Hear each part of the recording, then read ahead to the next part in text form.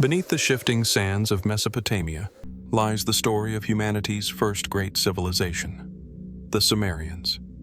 They carved their knowledge into clay, built cities that defied time, and spoke of gods who walked among mortals.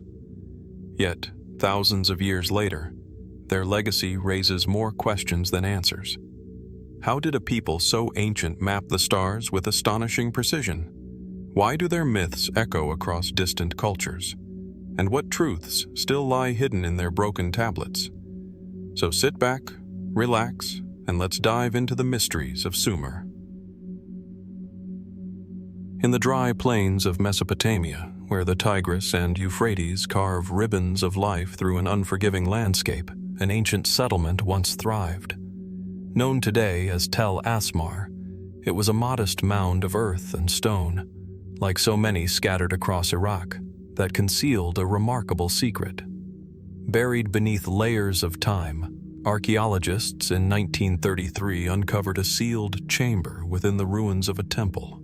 Inside, they found a collection of small stone figures, their eyes wide and unblinking, staring into eternity. This discovery would come to be known as the Tel Asmar Hoard. The hoard consists of 12 statues carved from gypsum, limestone, and alabaster. They range in size from a few inches to nearly 3 feet tall, each representing men and women with clasped hands and rigid, stylized bodies. But it is their eyes that seize the attention, enormous, inlaid with black pupils and stark against pale stone faces. The effect is haunting, as though the figures were not crafted to look upon us, but to look beyond us, into realms unseen.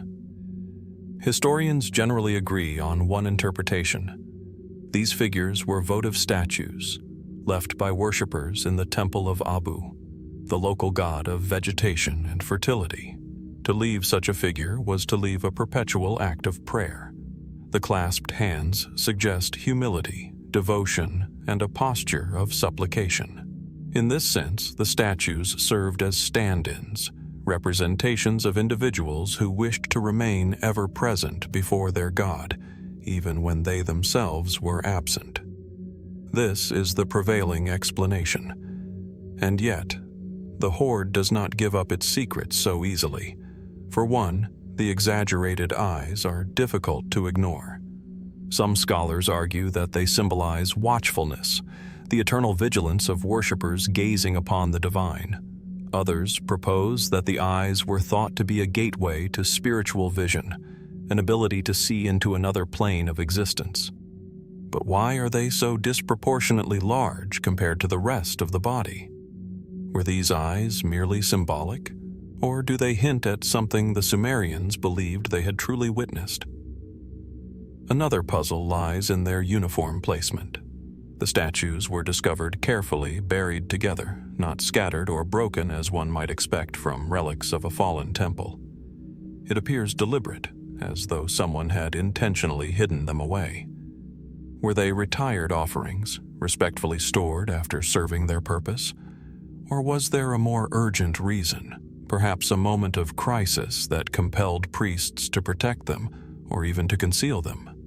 Some researchers suggest the hoard was never meant to be seen again, that the burial itself was a kind of ritual. But others cannot help but wonder if what we've uncovered was meant to remain hidden. Beyond the accepted archaeological view, more speculative ideas have emerged. Some fringe theories claim the statue's exaggerated features are not symbolic at all, but literal representations of beings encountered by the Sumerians.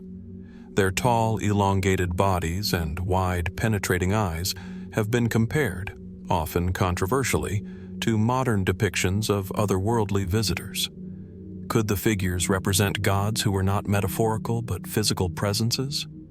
Beings that once stood in the temples of early Mesopotamia? Others draw connections between the Tel Asmar statues and recurring motifs in Mesopotamian mythology. Divine beings with luminous eyes, watchers who bridged the gap between heaven and earth. In the myths, the gods were not distant abstractions but beings who walked among men, who taught them, guided them, and sometimes punished them. The Hoard in this reading becomes more than a collection of votive figurines. It becomes a silent archive of encounters long forgotten, captured in stone. Of course, mainstream scholarship remains cautious. The statues are explained within the framework of ritual practice, with their strange features interpreted as artistic conventions rather than evidence of something extraordinary. And yet, the emotional power of the Hoard resists reduction. Standing before them today in the Oriental Institute Museum, one cannot help but feel the weight of their gaze. Their stillness, their silence, and their strange otherworldly presence provoke questions that history has not resolved. Why were they buried together? Why the fixation on eyes? What beliefs or experiences gave rise to this haunting artistic style? Nearly 5,000 years separate us from the people of Tel Asmar, and yet their Hoard continues to reach across time. It forces us to consider how little we truly know about the origins of human civilization, about the beliefs and visions that shaped it. Were these simply expressions of devotion or clues to something far more enigmatic? The Tel Asmar Hoard stands as a reminder that even in the most studied corners of history, mysteries endure. The answers, if they exist at all, may still lie beneath the sands of Mesopotamia, waiting to be uncovered. Or perhaps they will remain forever locked within those unblinking eyes, leaving us to wonder what truths the ancients saw that we cannot. And so, as the wide-eyed figures of Tel Asmar fade into mystery, our journey takes us deeper still, into the royal graves of where music, ritual, and death converged in ways that continue to baffle even the most careful scholars. Once a flourishing city of Sumer, lay near the banks of the Euphrates in what is now southern Iraq. In the 1920s and 1930s, British archaeologist Leonard Woolley led a series of excavations that revealed something astonishing. The so-called Royal Cemetery of a sprawling necropolis dating back more than 4,500 years. Within its depths, Woolley uncovered tombs unlike any seen before in Mesopotamia, lavish chambers filled with treasures of gold, lapis lazuli, and carnelian. Yet it was not only wealth that Woolley unearthed, it was something stranger, something more haunting. Among the most remarkable discoveries were 4 lyres, musical instruments crafted with extraordinary skill, their wooden frames now long decayed, but their gold and lapis decorations still gleaming. The largest and most famous of these is the Great Lyre of Its soundbox was once adorned with a golden bull's head, its beard formed of lapis lazuli, its eyes inlaid with gleaming shell. Across its front panel, 4 scenes are depicted. Fantastical images of animals standing upright, serving drinks, and playing music themselves. These lyres are more than instruments. They are works of symbolic art. They capture a vision of the Sumerian world that is at once sacred and unsettling. From a conventional perspective, the lyres were used in ritual ceremonies, perhaps to accompany hymns sung to the gods or to play laments for the dead. Their presence in royal tombs suggests music was not only central to life in Sumer, but also to death, guiding the soul on its journey to the afterlife.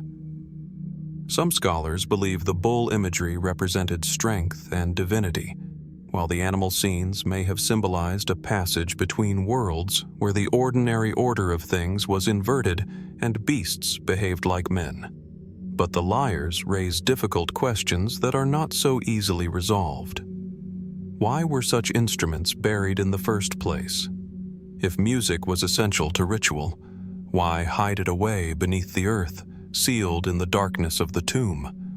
Were the lyres meant to serve the dead in the afterlife, continuing to provide sound and prayer even beyond the grave? Or was their burial part of a greater mystery, an act of sacrifice, meant to silence them forever? The graves themselves deepen this enigma. Woolley discovered what he called death pits, where dozens of attendants were buried alongside their rulers. In one tomb, nearly 70 bodies lay in precise formation, each dressed in finery as though part of a final procession. Many appeared to have ingested a substance, perhaps poison, to join their king or queen in death. The lyres were found among these attendants, as though music accompanied their final act of devotion. What role did the lyres play in this grim theater? Were they instruments of comfort, offering melodies as the attendants drank their final draught? Or did their music serve another purpose, perhaps guiding or even summoning something unseen in those final moments? The panels on the great lyre stir even greater intrigue. In one scene, a scorpion man, a creature known from Mesopotamian myth as a guardian of the underworld, stands watch. In another, a lion-headed eagle clasps its prey. Scholars explain these as mythological motifs, symbols of the dangers awaiting in the land of the dead. Yet the vividness of these depictions, combined with their placement on a musical instrument, invites speculation. Were these carvings mere illustrations, or could they have been considered literal visions of another world, visions music itself might help to unlock? More speculative theories go further still. Some suggest that the lyre's design and the use of rare materials hint at knowledge far beyond simple craftsmanship. Gold, lapis, and shell were not native to Sumer. They came from distant lands, traded across vast networks. How did the Sumerians coordinate such complex supply chains thousands of years ago? And why were these specific materials chosen for instruments of ritual? Some propose they were valued not merely for beauty, but for properties the Sumerians may have associated with sound, resonance, or even energy. Others note the strange combination of animals and humans depicted in the lyre's panels, drawing parallels to shamanic traditions in other parts of the world. Could these scenes represent altered states of consciousness, visions reached through music, trance, or ritual? Was the lyre not simply an instrument, but a tool for bridging worlds, allowing the living to touch the divine or to glimpse the underworld itself? Fringe interpretations have even compared the lyre's imagery to accounts of contact with otherworldly beings. The bull-headed lyre, with its shining eyes and commanding presence, has been likened, controversially, to ancient depictions of hybrid gods, beings neither fully human nor animal. Were these simply myths or memories of something more? Mainstream archaeology remains cautious, framing the lyres within the symbolic and religious life of early Sumer. And yet, the deeper one studies them, the harder it becomes to ignore the layers of meaning they might conceal. Music is ephemeral. It leaves no trace, no artifact we can study centuries later. And yet here, in the tombs of the Sumerians tried to preserve it, embodying it in instruments that, even in silence, continue to speak. What music once echoed through the stone chambers of What songs were sung as attendants laid down their lives, as rulers were lowered into the earth, as gold lyres gleamed in the torchlight of a final ritual? Did the Sumerians believe these sounds could be carried into the realm of the dead, or even beyond? The gold lyres of invite us to listen not with our ears, but with our imagination. They remind us that the first civilization was not only one of bricks, laws, and trade, but of art, vision, and mystery. And though their strings are long since stilled, their silence continues to resonate, asking questions that have no easy answers. Perhaps beneath the sands of Mesopotamia, other lyres remain hidden, still waiting to be heard. Or perhaps the true power of those already unearthed lies not in the music they once made, but in the secrets they refuse to reveal. And so, as the golden lyres fall silent in the tombs of our path leads us northward, into the Diyala region of ancient Mesopotamia. Here, amidst the ruins of Khafajah, another mystery awaits, a place where stone and mud brick were shaped into a design so unusual, so carefully arranged, that even now its true purpose is debated. It is known as the Temple Oval. At first glance, the site appears deceptively simple. An immense oval-shaped enclosure, more than 100 meters long, encircling a temple at its center. Its walls, built of sun-dried brick, once stood nearly 20 feet high and several feet thick, enclosing not just the temple itself, but also a broad expanse of open space. From above, the form is striking, an elongated ellipse, standing apart from the rectangular, practical architecture typical of Mesopotamian cities. Why an oval? Why here, at Khafajah, and not elsewhere? The temple oval dates back to around 2600 BCE, to the early dynastic period of Sumerian history. Archaeologists suggest it was a sanctuary dedicated to Sin, the moon god, or perhaps to a local deity whose worship was later absorbed into larger Mesopotamian traditions.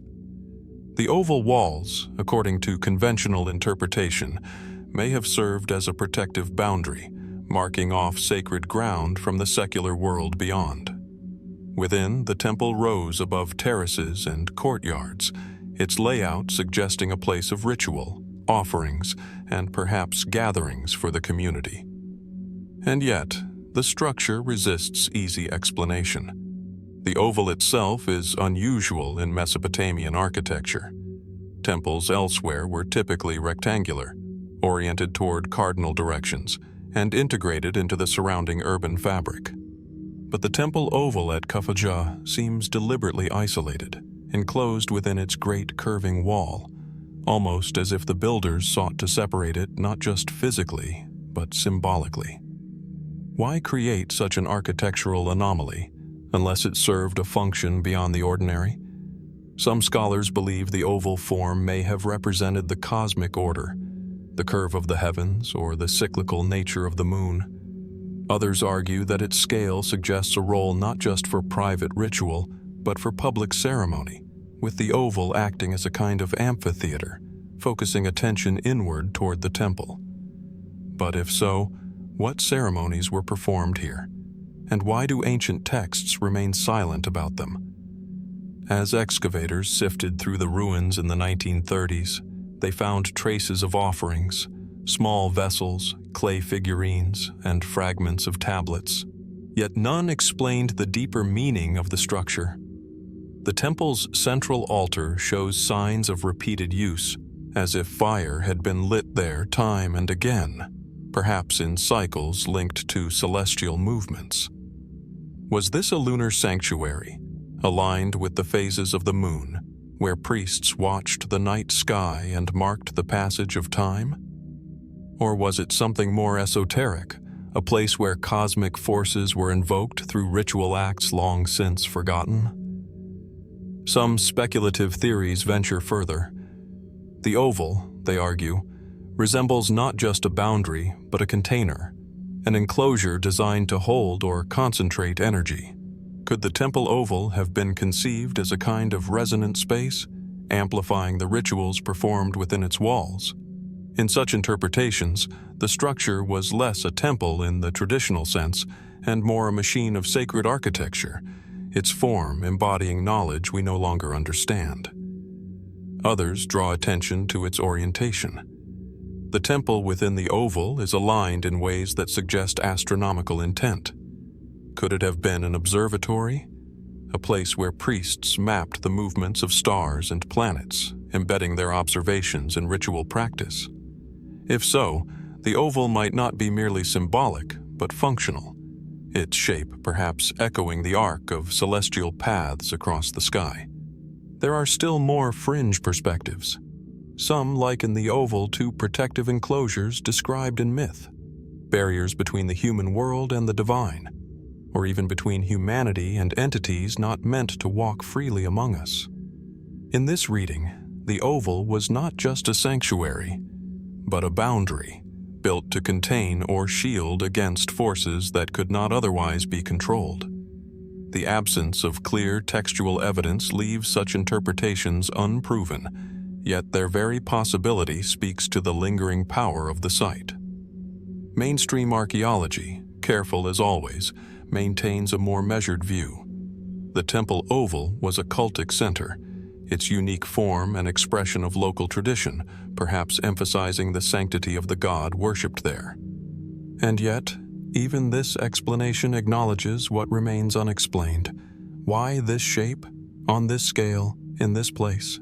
Today, the temple oval lies in ruins, its great walls reduced to eroded mounds of earth. But even in decay, the form is unmistakable. From the ground, it feels enclosing, almost oppressive, as though one has stepped inside a circle set apart from the world. From above, its geometry still commands attention, the ancient outline etched into the landscape like a question that refuses to fade. What ceremonies once echoed inside these walls? What chants rose beneath the Mesopotamian sky? What fires burned on its central altar? What secrets were spoken in the shadow of its enclosing curve? Were the people of Khafajah simply marking sacred ground? Or were they attempting to touch something far greater, something cosmic, perhaps even dangerous? The temple oval reminds us that Sumerian architecture was not only practical, but symbolic, layered with meanings we may never fully recover. It speaks of a civilization that saw no clear boundary between the earthly and the divine, between the city and the cosmos. And yet, in its strange, silent form, it continues to puzzle us, suggesting that not all of its secrets were meant to be shared. Perhaps beneath the sands of Khafajah, further clues remain hidden. Or perhaps the oval itself is the message, an enduring riddle carved into the landscape, asking us to wonder what its builders truly knew and what they sought to guard within its sacred curve. From the curving walls of Khafajah's temple oval, we journey back to Uruk, the city often called the cradle of civilization. Here, among the remains of temples dedicated to Inanna, goddess of love, fertility, and war, archaeologists in the 1930s uncovered one of the most extraordinary artifacts of the ancient world. Standing over 3 feet tall, carved from a single block of alabaster, the Warka vase is both a masterpiece of craftsmanship and a puzzle that still unsettles historians. At first glance, it is an offering vessel, monumental in size and weight, discovered in the sacred precinct of Inanna, Uruk's great temple complex. Its smooth surface is divided into registers, horizontal bands filled with images. As the eye moves upward, the story unfolds, from the raw abundance of nature to the rituals of human devotion, and finally, to the divine itself.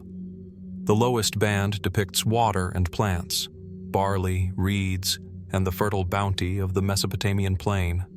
Above, animals march in procession, rams and ewes, their forms simple yet purposeful. The next register shows human figures, carrying baskets and jars, moving steadily in line. At the very top, the scene culminates in a ritual, a powerful figure, often thought to be a priest or king, presenting offerings before Inanna herself. Scholars interpret this as one of the earliest known visual narratives, a symbolic cycle of life, agriculture, and worship. It is, in essence, a story carved in stone. The land nourishes the animals sustain the people, and the people, in turn, offer tribute to the gods. It is a vision of cosmic order, a reminder of the interdependence between nature, humanity, and the divine. And yet, as with so many Sumerian relics, the Warka vase resists final interpretation. For one, the identity of the central figure remains contested. Is it truly a king, acting as high priest, or does it depict the very presence of Inanna's consort, the shepherd god Dumuzi?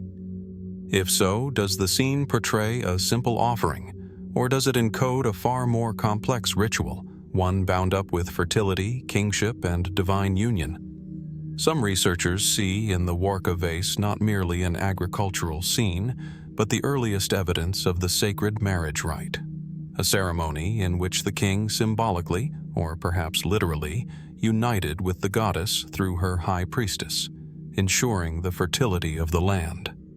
If true, the vase is not only a work of art, but a record of rituals that blur the line between religion, politics, and myth. Others are struck by the rigid order of its imagery, the strict hierarchies.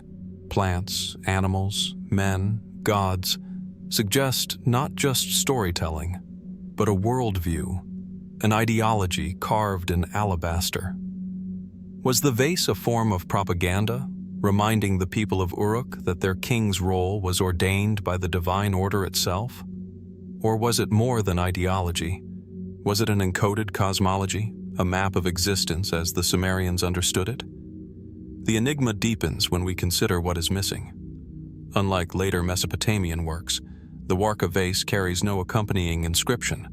No cuneiform text explains its imagery. We are left only with the silence of stone and the uneasy task of interpretation. Some speculative theories venture further. They note the almost mechanical precision of the registers, the way each band seems to layer reality in levels. Could the vase have been more than symbolic, perhaps a teaching device, a way of conveying hidden knowledge about cycles of life, astronomy, or even cosmic order? The procession of offerings, in this view, becomes not just ritual, but a coded sequence, one that may have held meaning lost to us. Others point to the prominence of Inanna, a goddess whose myths extend into themes of descent, death, and resurrection. Was the vase merely depicting offerings to her temple, or was it hinting at mysteries of transformation, rituals through which rulers claimed legitimacy, or perhaps even communion with the divine? Fringe interpretations go further still. The exaggerated stylization of the figures, the ordered tiers, and the lack of natural perspective have led some to suggest the vase was not intended as mere art, but as a record of an actual event, something witnessed, then ritualized. Were these images symbolic or literal? Did the Sumerians see their gods not as distant abstractions, but as beings who physically stood among them, accepting offerings and ceremonies we can now only guess at? Mainstream scholarship, grounded in careful analysis, remains measured. The vase is explained as a ceremonial object, likely used in temple rituals, its imagery reflecting the Sumerians' devotion to their gods and their reliance on agriculture. But even within this framework, uncertainty lingers. Why dedicate such immense labor and material to a single vessel?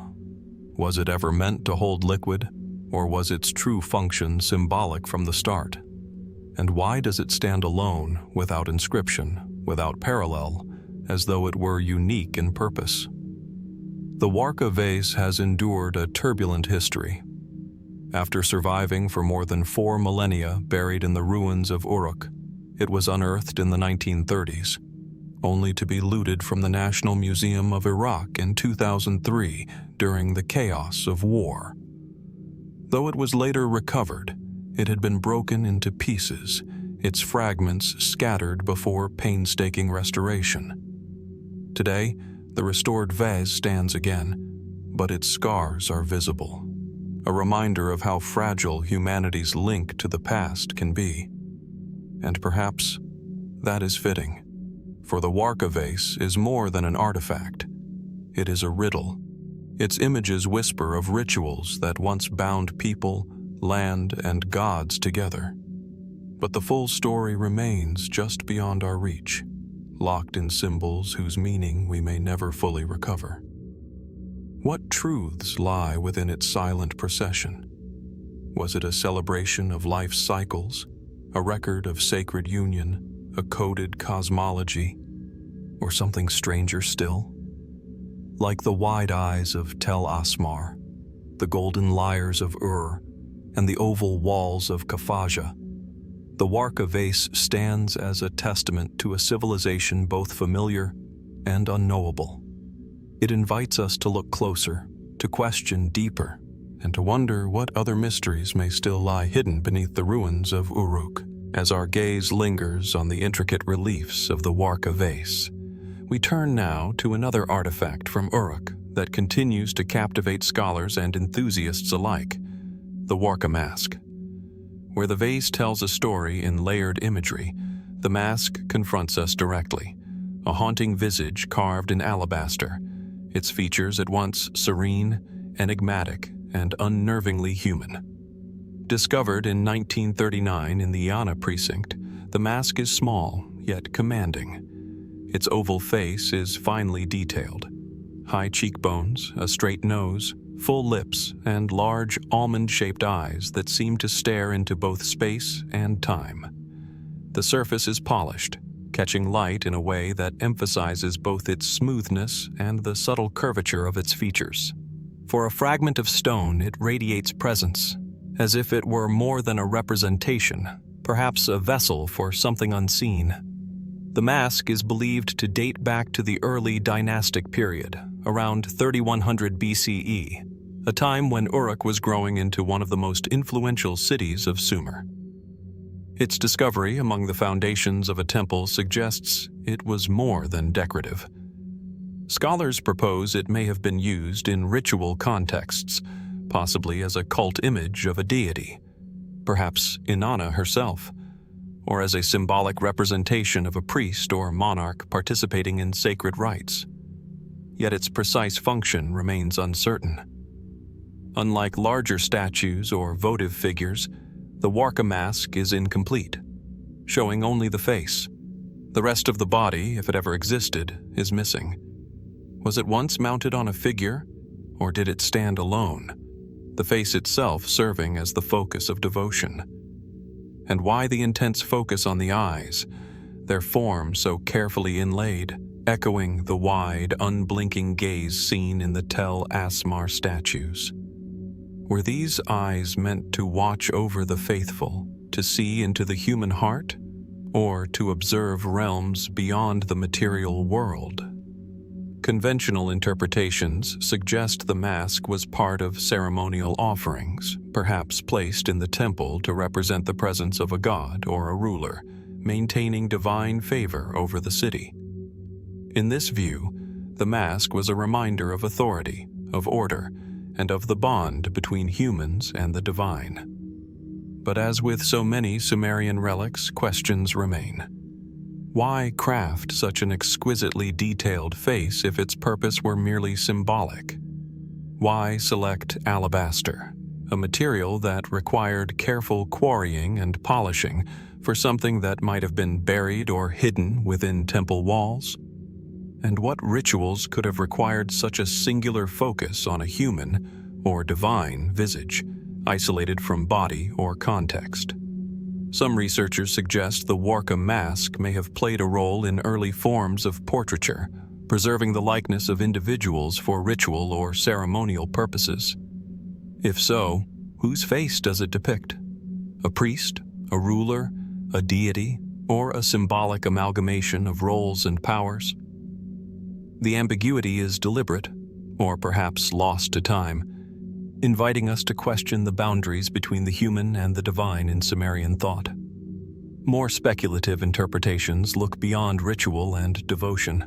The mask's refined features, its direct gaze, and its small, portable size suggest it could have been used in personal or secretive rites, a focal point for meditation, trance, or communication with unseen forces. Could the mask have been a conduit, a way to channel energy, wisdom, or divine presence? Was it an instrument of sacred power rather than simply a symbol of authority?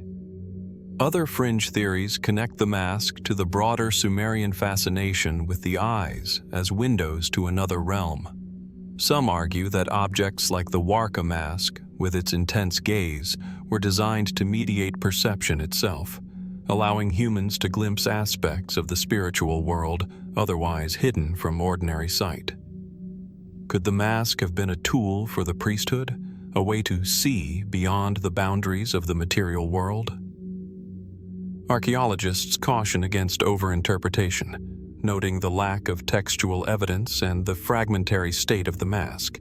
It is unique, with few parallels, and the cultural context remains partially obscured. But even within cautious interpretations, one truth emerges. The Warka mask's presence is intentional, purposeful, and charged with meaning we cannot fully recover. Its gaze, frozen in alabaster for more than 5 millennia, challenges us to consider what the Sumerians valued, feared, or revered. There is also a haunting element in the mask's very incompleteness. The absence of the body, the hands, the rest of the figure, leaves the face in isolation. This void amplifies the mystery, forcing observers to project their own interpretations onto it. Was this intentional? A deliberate device to focus devotion entirely on the essence of identity, of presence, or of power? Or is it simply the result of time, leaving us with a fragment that once belonged to something much larger, now forever lost? Today, the Warka mask resides in a museum, its polished surface carefully preserved, its gaze fixed for all who come to study it. Yet even here, its story is unfinished. It asks questions without answers, and perhaps that is precisely its purpose, to remind us that some knowledge may have been meant to endure as mystery, teaching reverence as much through absence as through presence. What did the ancient Sumerians see in those eyes? Were they witnessing the divine, invoking unseen forces, or honoring the mortal who mediated between gods and men? And if the mask once spoke in rituals long forgotten, what wisdom, what power might still be encoded in its silent expression? As with the Warka Vase, the temple oval at Khafajah, the golden lyres of Uruk, and the wide-eyed figures of Tel Asmar, the Warka mask remains a riddle etched in stone. Its presence reminds us that Sumerian civilization, while foundational to human history, continues to hold secrets just beyond our reach, enigmas that invite us to look closer, think deeper, and imagine worlds we can only glimpse through the artifacts left behind. From the silent gaze of the Warka mask, we turn our eyes upward, to the heavens that the Sumerians themselves once mapped and revered. If the temples, votive figures, and ritual objects spoke of human devotion and divine presence, the MUL.APIN texts speak of a civilization attempting to chart the cosmos itself, a record of stars, planets, and celestial cycles that continues to baffle historians and astronomers alike. The MUL.APIN is not a single tablet, but a compendium, a collection of cuneiform inscriptions first assembled in the early 2nd millennium BCE, though based on much older knowledge. Its name, meaning roughly the plow, reflects its agricultural purpose, but its contents extend far beyond planting calendars. Within its columns, the Sumerians cataloged the rising and setting of constellations, the cycles of the moon, and the appearances of planets, linking each to months, seasons, and festivals. At first glance, the MUL.APIN appears practical. A guide for farmers, a calendar for priests, a tool to coordinate ritual with the movements of the sky. Yet the precision and depth of its observations suggest something more profound. The texts describe constellations with remarkable consistency, connecting stars to mythological figures, divine attributes, and cosmological cycles. Some passages detail the heliacal rising of specific stars, the appearances of Venus and Jupiter, and even the motion of the sun along the ecliptic, all recorded with a meticulousness that astonishes modern scholars. How did a civilization thousands of years ago, without telescopes or modern instruments, achieve such accuracy? Some researchers point to careful, long-term observation, noting that generations of priests and astronomers may have painstakingly tracked the skies over centuries. Others suggest the knowledge was encoded in ritual and mythology, passed down as stories and symbols that guided practical observation. But deeper questions arise. The Sumerians linked celestial events to earthly phenomena, often associating stars and planets with kingship, seasonal cycles, and even omens of political or environmental change. Were these connections purely symbolic, or did they reflect an understanding of natural cycles that modern science has only begun to quantify? The MUL.APIN texts hint at a sophisticated system, one in which astronomy, agriculture, and divination were inseparably intertwined. Consider the descriptions of planetary motion. Venus, referred to as the bright queen of the sky, is tracked with astounding precision, its appearances and disappearances noted in detail. Jupiter, Mars, Mercury, each receives similar attention, with notations that align closely with actual orbital periods. For centuries, scholars debated whether these observations were coincidental, approximate, or the product of careful mathematical calculation. Recent analyses suggest that the Sumerians were capable of predicting planetary positions with a degree of accuracy that rivals later Babylonian astronomy. And yet the texts themselves remain cryptic. The constellations do not match perfectly with modern star charts. Some stars are grouped in ways that challenge contemporary interpretation. Certain instructions are vague, references obscure, and symbols unexplained. Were these gaps simply the result of time, or did the Sumerians encode their knowledge intentionally, revealing only fragments to the uninitiated? More speculative theories propose that the MUL.APIN may have been more than a manual. It could have served as a cosmic map, a guide to understanding cycles that extend beyond the observable year. Some fringe interpretations even suggest that the texts contain hints of knowledge lost to history, patterns, alignments, or celestial events that we are only beginning to recognize. Could these records contain observations of phenomena unknown to modern science, or even knowledge of astronomical cycles spanning centuries? The alignment of the constellations with mythological figures adds another layer of intrigue. Stars were not merely objects in the sky. They were imbued with personality, divine presence, and influence. The constellation known as the Plough was tied to agricultural planning, but others, the Great Twins, the Lion, the Scorpion, were connected to gods, kings, and seasonal omens.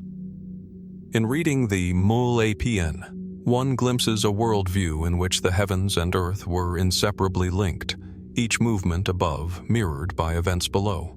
Yet there is a haunting ambiguity. Despite their sophistication, the Sumerians left no explanatory notes, no commentary beyond the listings themselves. How did they interpret anomalies, comets, eclipses, or other unusual events?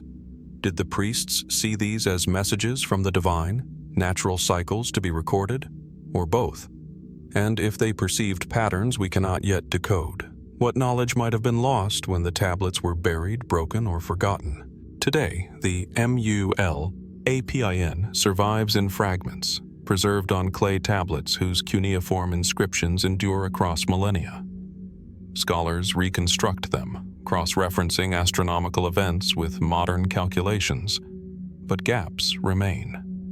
Each tablet is a window into a sophisticated mind, yet one that continues to defy complete understanding. Its silent lines ask us to imagine the observers of ancient Uruk, standing in the night, noting the rising stars, contemplating the divine, and recording a vision of the cosmos that is both precise and mysterious. What did the Sumerians truly understand about the heavens? Did they glimpse celestial cycles that stretch beyond the scope of human memory? Were these observations intended only for practical use, or did they form part of a spiritual or esoteric knowledge system that we can only glimpse through fragmentary records?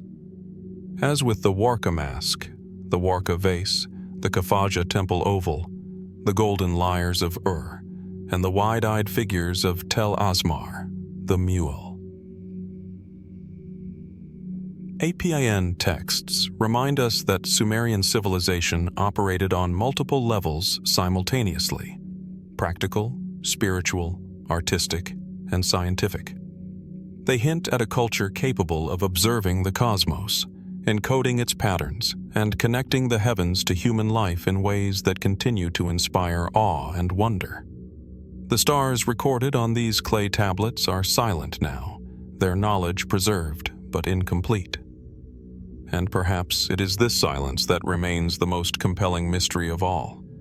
What secrets did the Sumerians capture in their observations, and what truths of the ancient sky are still waiting to be rediscovered?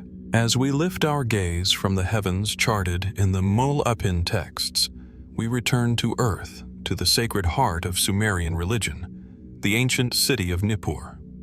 Here, among the ruins of one of Mesopotamia's most venerated cities, lies a site that has puzzled archaeologists for decades, the Nippur Sacred Area, an expansive precinct centered on the temple of Enlil, the chief deity of the Sumerian pantheon. Nippur was not the largest city in Sumer, nor the political capital, but it held an authority unmatched by wealth or size.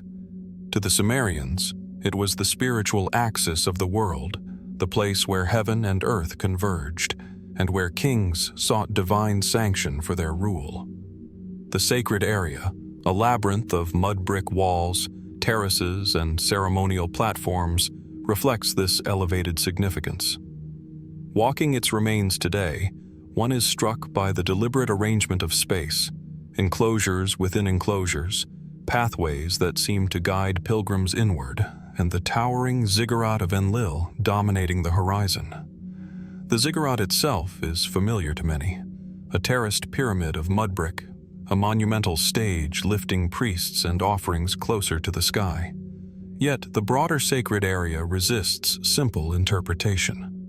Unlike other temple complexes, its layout is irregular, almost organic, with spaces that appear ceremonial but whose precise function remains unclear. Some areas show evidence of altars, sacrificial pits, or offerings, while others seem deliberately open, devoid of traces of human activity. What purpose did these empty spaces serve? Were they practical, symbolic, or something else entirely? Excavations in the early 20th century revealed a wealth of artifacts, tablets, votive figurines, and fragments of ceremonial objects. Many describe rituals, priestly lineages, and offerings to Enlil, yet even with these records, the arrangement of the sacred area continues to defy full explanation. Certain chambers and courtyards appear aligned along axes that do not correspond to cardinal directions, unlike most Sumerian temples. Were these alignments accidental, or did they follow celestial patterns, seasonal cycles, or sacred geometry lost to modern understanding? Some scholars suggest the sacred area functioned as a kind of ritual map, a physical representation of the Sumerian cosmos. The ziggurat could symbolize the mountain connecting heaven and earth, while surrounding courtyards and enclosures marked stages of purification, initiation, or procession. Pilgrims and priests would traverse these spaces, moving from the profane toward the sacred, guided not just by walls and pathways, but by cosmological and spiritual logic embedded in the architecture itself. Yet, even this interpretation leaves gaps. Certain chambers are too small for gatherings, too isolated for ordinary ritual, and their entrances sometimes face away from the main axis. Were these secret spaces reserved for elite priests, or perhaps storage areas for sacred knowledge now lost? Could some of these hidden rooms have housed tablets, instruments, or objects whose function was deliberately concealed, intended only for initiates? The Nippur sacred area also poses questions of scale and labor. The construction of the ziggurat and surrounding precinct required enormous resources, coordinated planning, and knowledge of engineering and hydraulics to cope with Mesopotamia's seasonal flooding. Why was such effort expended here, in a city that did not claim political dominance? Was it purely devotion to Enlil, or did the sacred area hold a power, social, spiritual, or cosmic, that justified the investment? More speculative theories explore possibilities beyond the conventional. Some researchers propose that Nippur's irregular layout encodes astronomical knowledge, much like the MUL.APIN texts, translating observations of the heavens into sacred space. Could the positioning of walls, altars, and pathways correspond to the rising of particular stars, the phases of the moon, or even longer-term celestial cycles? In this view, the city itself becomes a living observatory, a place where priests could commune with the cosmos while performing ritual duties. Other fringe interpretations take inspiration from mythological texts. Enlil, as chief of the gods, was seen as the arbiter of destiny, the one who granted kingship, controlled weather, and maintained cosmic order. Could the sacred area have been designed to channel his presence, or even to contain forces beyond human comprehension? Some suggest that certain architectural features, sealed chambers, hidden altars, elevated platforms, may have been intended to focus spiritual energy, to amplify the potency of prayers, or even to mediate interaction with unseen entities. Yet, as with so many Sumerian mysteries, evidence is scarce, fragmented, and open to interpretation. We can trace the outlines of walls and terraces, read the inscriptions left by priests, and infer the significance of rituals, but the full function of the Nippur sacred area eludes us. It is a place both tangible and enigmatic, simultaneously a record of devotion and a puzzle of human intent. Walking among the ruins today, one can almost feel the weight of centuries pressing in, the reverence of pilgrims, the meticulous rituals of priests, the silent authority of the gods themselves. Every wall, every platform, every pathway suggests careful design, yet the reasoning behind it remains obscured. What knowledge was embedded in these spaces, now lost to time? What truths did the priests of Nippur understand about the divine, the cosmos, or the power of sacred architecture that we may never recover? The Nippur sacred area reminds us that Sumerian civilization was not only innovative in writing, art, and astronomy, but also in the creation of space itself, a space that functioned as both physical and metaphysical landscape. And as with the Warka mask, the Warka vase, the Khafajah temple oval, the golden Lyres of and the MUL.APIN texts, it challenges us to confront the limits of our understanding, to imagine rituals and knowledge that have no surviving guide except the stones themselves. Could the sacred area be a key to lost wisdom, a blueprint of sacred practice, or a reflection of cosmic order hidden in plain sight?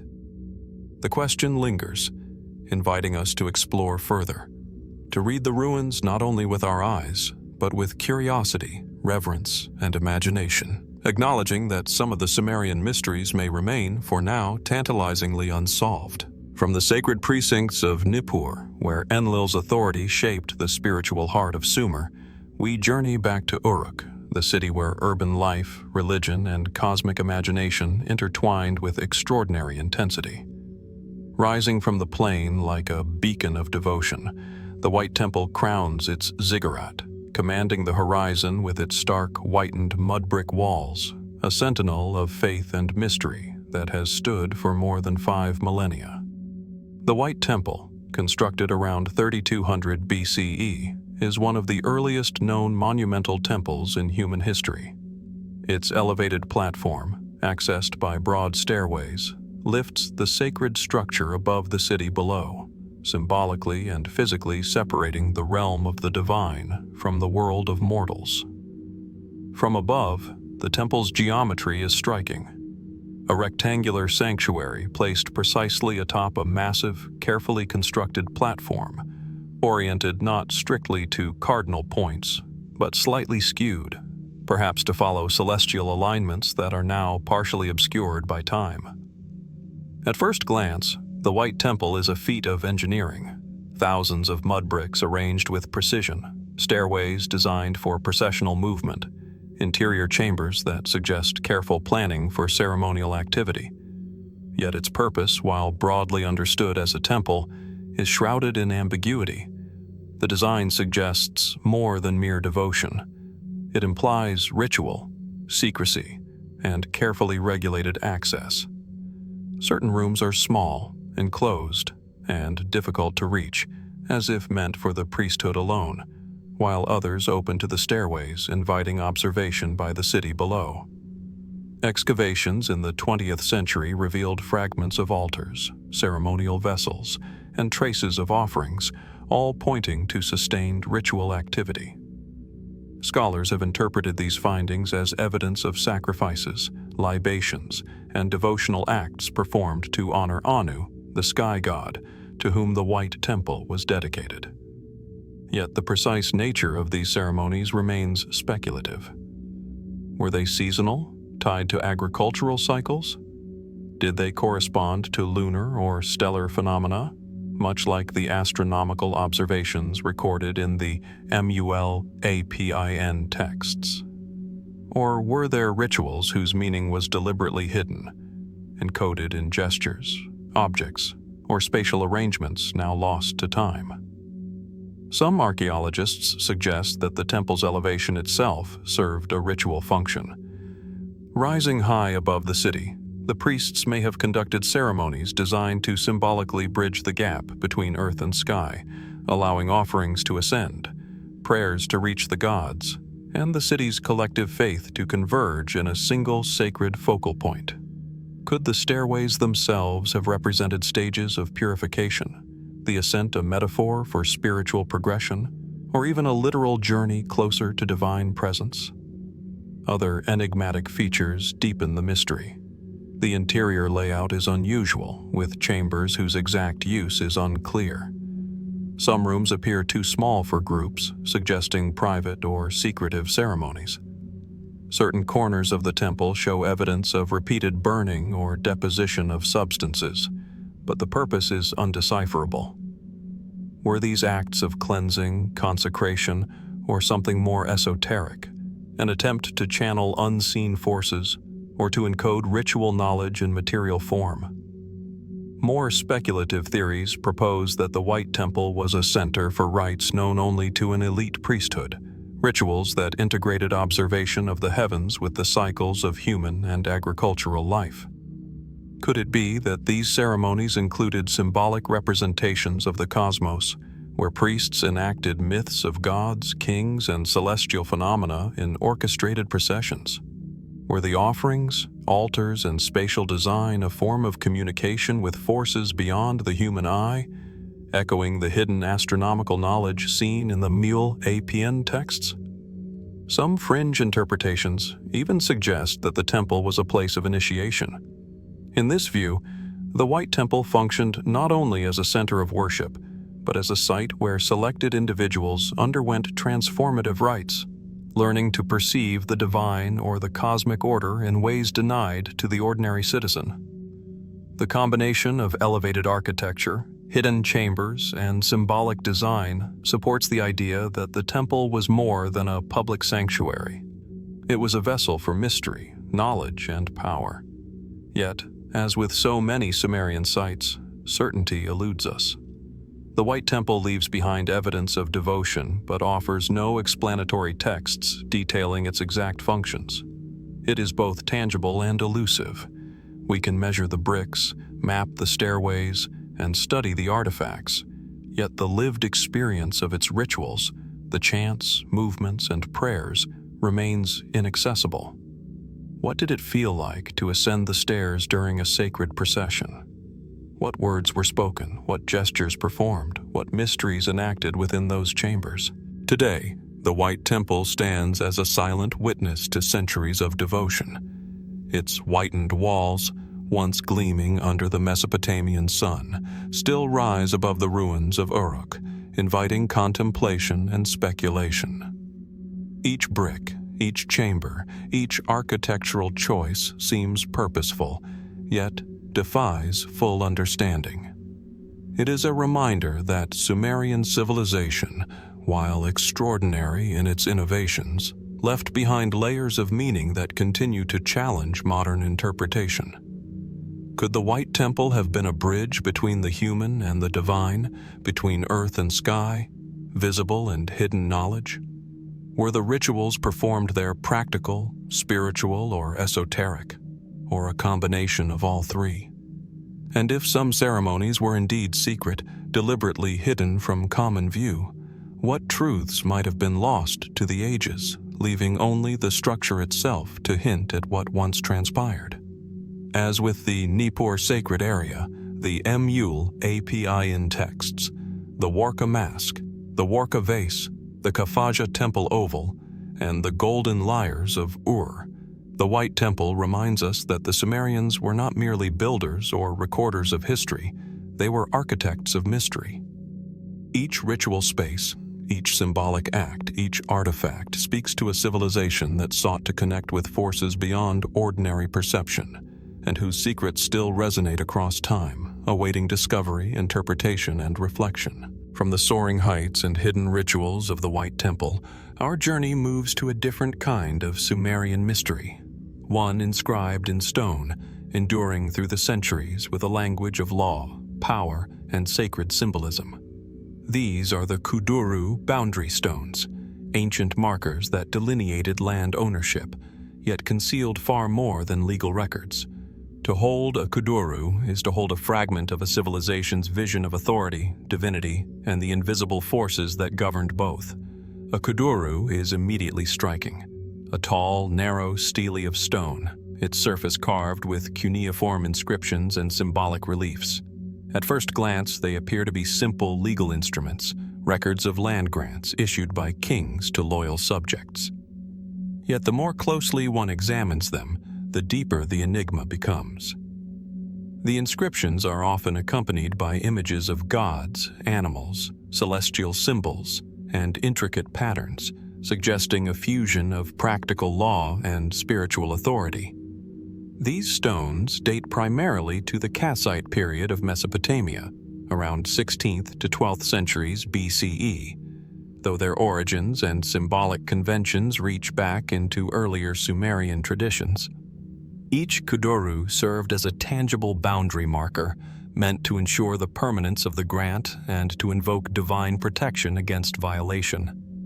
The gods depicted, Shamash, Marduk, Sin, and others, stood as witnesses, their images and names carved alongside the legal text, as if to warn that any act of defiance would invite cosmic consequences. But the Kudurru are more than legal artifacts. Their carvings convey a language that goes beyond words, a system of signs whose meaning is partially obscure. Constellations, crescents, stars, and other celestial motifs are present on many stones, hinting at connections between land, law, and the heavens. Were these merely symbolic flourishes, or did they encode knowledge of astronomy, ritual, or cosmology? Why did the Sumerians see fit to enshrine their grants with such celestial and divine iconography? Consider one of the better preserved examples, a Kudurru recording a land grant from a Kassite king. At the top, a series of divine symbols presides over the cuneiform text, each corresponding to a deity. Below, inscriptions detail boundaries, measurements, and the names of recipients. Yet the arrangement of symbols, their placement relative to one another, and even the specific choice of celestial motifs suggest intentional encoding. Some scholars speculate that these stones may have served dual functions, practical legal markers and talismans of cosmic order, merging human authority with divine sanction. The language of the Kudurru extends even further. Certain symbols and motifs remain mysterious, lacking direct translation or context in surviving texts. Some animals, serpents, scorpions, and hybrid creatures, appear repeatedly. Were they simply protective emblems invoking divine guardianship? Or did they represent esoteric concepts, secret knowledge, or even celestial phenomena? And why, on some stones, are entire registers seemingly devoted to sequences of symbols that defy conventional reading? Were these coded messages, a hidden language meant only for those initiated into priestly or royal knowledge? In addition, many Kudurru feature curses, ominous warnings carved in detail, promising divine retribution to any who would defile the land or violate the grant. Yet the specificity and creativity of these curses suggest more than legal enforcement. They hint at ritualized power, a belief that words and symbols alone could summon consequences beyond human intervention. Could these inscriptions have functioned as a form of metaphysical contract, where the stones themselves became vessels of sacred authority, binding both land and people through unseen forces? Fringe theories propose even deeper layers of meaning. Some researchers argue that the combination of cuneiform and symbolic imagery hints at knowledge of numerology, cosmology, or even early mathematics encoded into sacred law.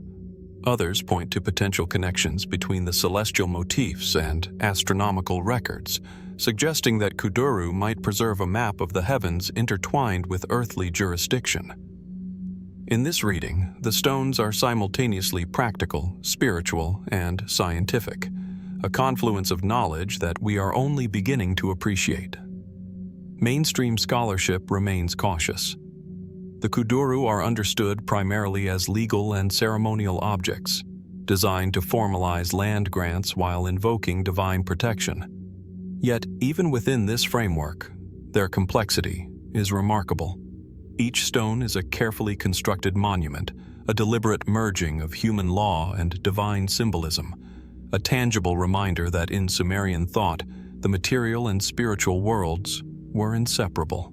The tactile presence of a Kudurru is striking. One can feel the weight of centuries in the stone, the meticulous effort of carving cuneiform and symbols, the imprint of hands that sought to preserve both law and cosmic order.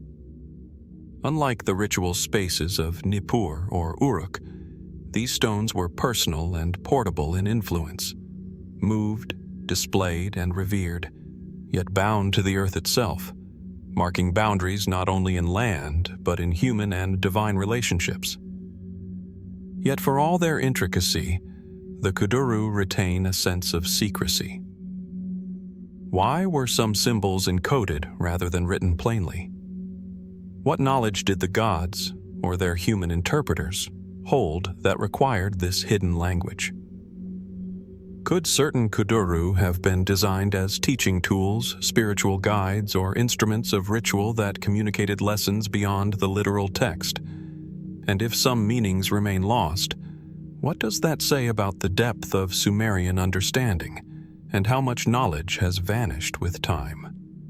The Kudurru stones remind us that Sumerian civilization was adept at merging the visible with the invisible, the practical with the sacred.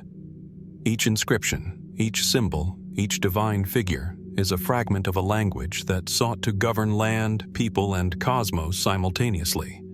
And even now, millennia later, they invite us to decode not only their legal content but their hidden wisdom, a language written in stone that continues to whisper mysteries across time.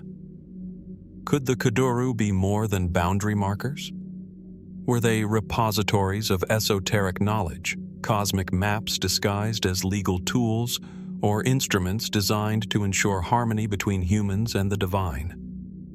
The stones themselves remain silent, yet their carvings challenge us to listen, to see beyond the surface, to wonder what secrets the Sumerians encoded in these enduring monuments, and what knowledge may still lie hidden, waiting to be revealed. From the enduring stone markers of the Kudurru, where law, divinity, and hidden symbolism converged, we now descend into the depths of into a world where the living and the dead intersect in ways that continue to baffle archaeologists and historians alike. Beneath the surface of this once great city lie the royal tombs of a labyrinth of chambers that housed kings, queens, and perhaps even the rituals of immortality itself. Discovered in the 1920s and 1930s by Sir Leonard Woolley, the royal tombs revealed a civilization's fascination with death, status, and the afterlife. The excavation of tombs, such as PG 800 and PG 1237, uncovered chambers packed with exquisitely crafted objects, golden jewelry, lapis lazuli inlays, intricately carved weapons, musical instruments, and ceremonial artifacts. Each item, carefully arranged around the bodies of the deceased, reflected not only wealth and power but a deliberate ritual logic that has puzzled scholars for nearly a century. The tombs themselves are a marvel. Constructed with mud brick walls and wooden roofing, some chambers were buried beneath mounds of earth, while others were sealed with massive stone slabs. The interiors suggest deliberate planning. The placement of the dead, the positioning of goods, even the orientation of the bodies appears intentional, hinting at beliefs about the journey beyond life, or the status of the individual in the eyes of the gods. The most famous discoveries were the richly adorned graves of queenly and royal figures, jewelry encrusted with gold and semi-precious stones, ornate lyres inlaid with shell and lapis, and ceremonial daggers, all hint at a culture deeply invested in the ritual of death as an extension of life. But the tombs also reveal darker, more perplexing practices. Evidence of human sacrifice. Servants and attendants were interred alongside their rulers, apparently to accompany them into the afterlife. The purpose of these sacrifices remains a subject of intense debate. Were they acts of devotion, demonstrations of power, or did they reflect beliefs in a literal continuation of social order beyond death? Among the many puzzles, the tomb's organization defies straightforward explanation. Some chambers contained multiple individuals arranged in sequences, their placement suggesting hierarchies or ritual roles. Others were left nearly empty except for a few objects of singular importance. Why this variation? Were some tombs intended for public display, others for secret ritual? And how much of the arrangement was symbolic versus practical, designed to ensure passage into the next world or to reinforce the authority of those still living? The objects themselves add layers of mystery. The golden lyres, for example, echo musical instruments depicted elsewhere in Sumerian art, but their construction is astonishingly advanced. Some feature gold, silver, and precious stone inlays arranged with a precision that challenges modern craftsmanship. Did these instruments serve a purely ceremonial role, or were they part of ritualized soundscapes intended to accompany the deceased into the afterlife? Could music itself have been believed to hold transformative or protective power, guiding the soul or placating the gods? Even the human remains present enigmas. Analysis suggests that some individuals were carefully positioned, possibly anointed, and in some cases even subjected to pre-burial rituals that remain poorly understood. Is this evidence of a sophisticated funerary religion, or could it reflect practices whose meaning we will never fully grasp? And what of the attendants? Were they volunteers, selected for honor, or victims compelled by custom? The ethical and spiritual implications continue to provoke speculation. The tombs also raise questions about knowledge lost to history. The inscriptions are sparse. Unlike the Kudurru or the MUL.APIN texts, there is little direct explanation of ritual or purpose. Instead, the tombs speak through objects, placement, and construction, an enigmatic language that challenges interpretation. Some scholars suggest that the arrangement of artifacts may encode beliefs about cosmology or the afterlife, mapping not just earthly hierarchy but the structure of the universe as the Sumerians imagined it. Fringe theories take this even further. Some argue that certain tombs may have been used for esoteric rites, possibly involving early forms of ritualized transformation, or even experiments in extending influence beyond death. Could the combination of gold, music, and human presence have been intended to manipulate spiritual or cosmic forces? Were these chambers sites of profound mystery, understood only by a priestly elite? While such ideas cannot be confirmed, the very richness and complexity of the tombs invite questions that conventional archaeology cannot fully answer. The royal tombs of also bear witness to the Sumerians' fascination with permanence and legacy. The effort required to construct these chambers, to craft objects with such precision, and to arrange both humans and artifacts meticulously, reflects a desire not only to honor the dead, but to impose order and meaning onto the uncertainties of mortality. Each tomb is a monument to human ambition, spiritual devotion, and the enduring search for connection with forces beyond comprehension. Standing before the remnants of the royal tombs today, one cannot escape the sense of awe and unanswered questions. What did the Sumerians believe about life after death? And how did these beliefs shape the practices of burial, sacrifice, and ritual? Did they see the tombs as gateways, protective chambers, or sacred theaters? And what secrets of social structure, spiritual knowledge, or cosmology might be forever hidden within these carefully sealed walls?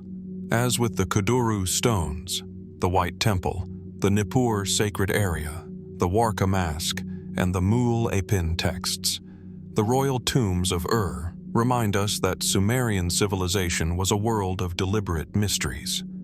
Every artifact, every arrangement, every hidden chamber is a fragment of a larger vision, one that sought to reconcile life, death, and the divine.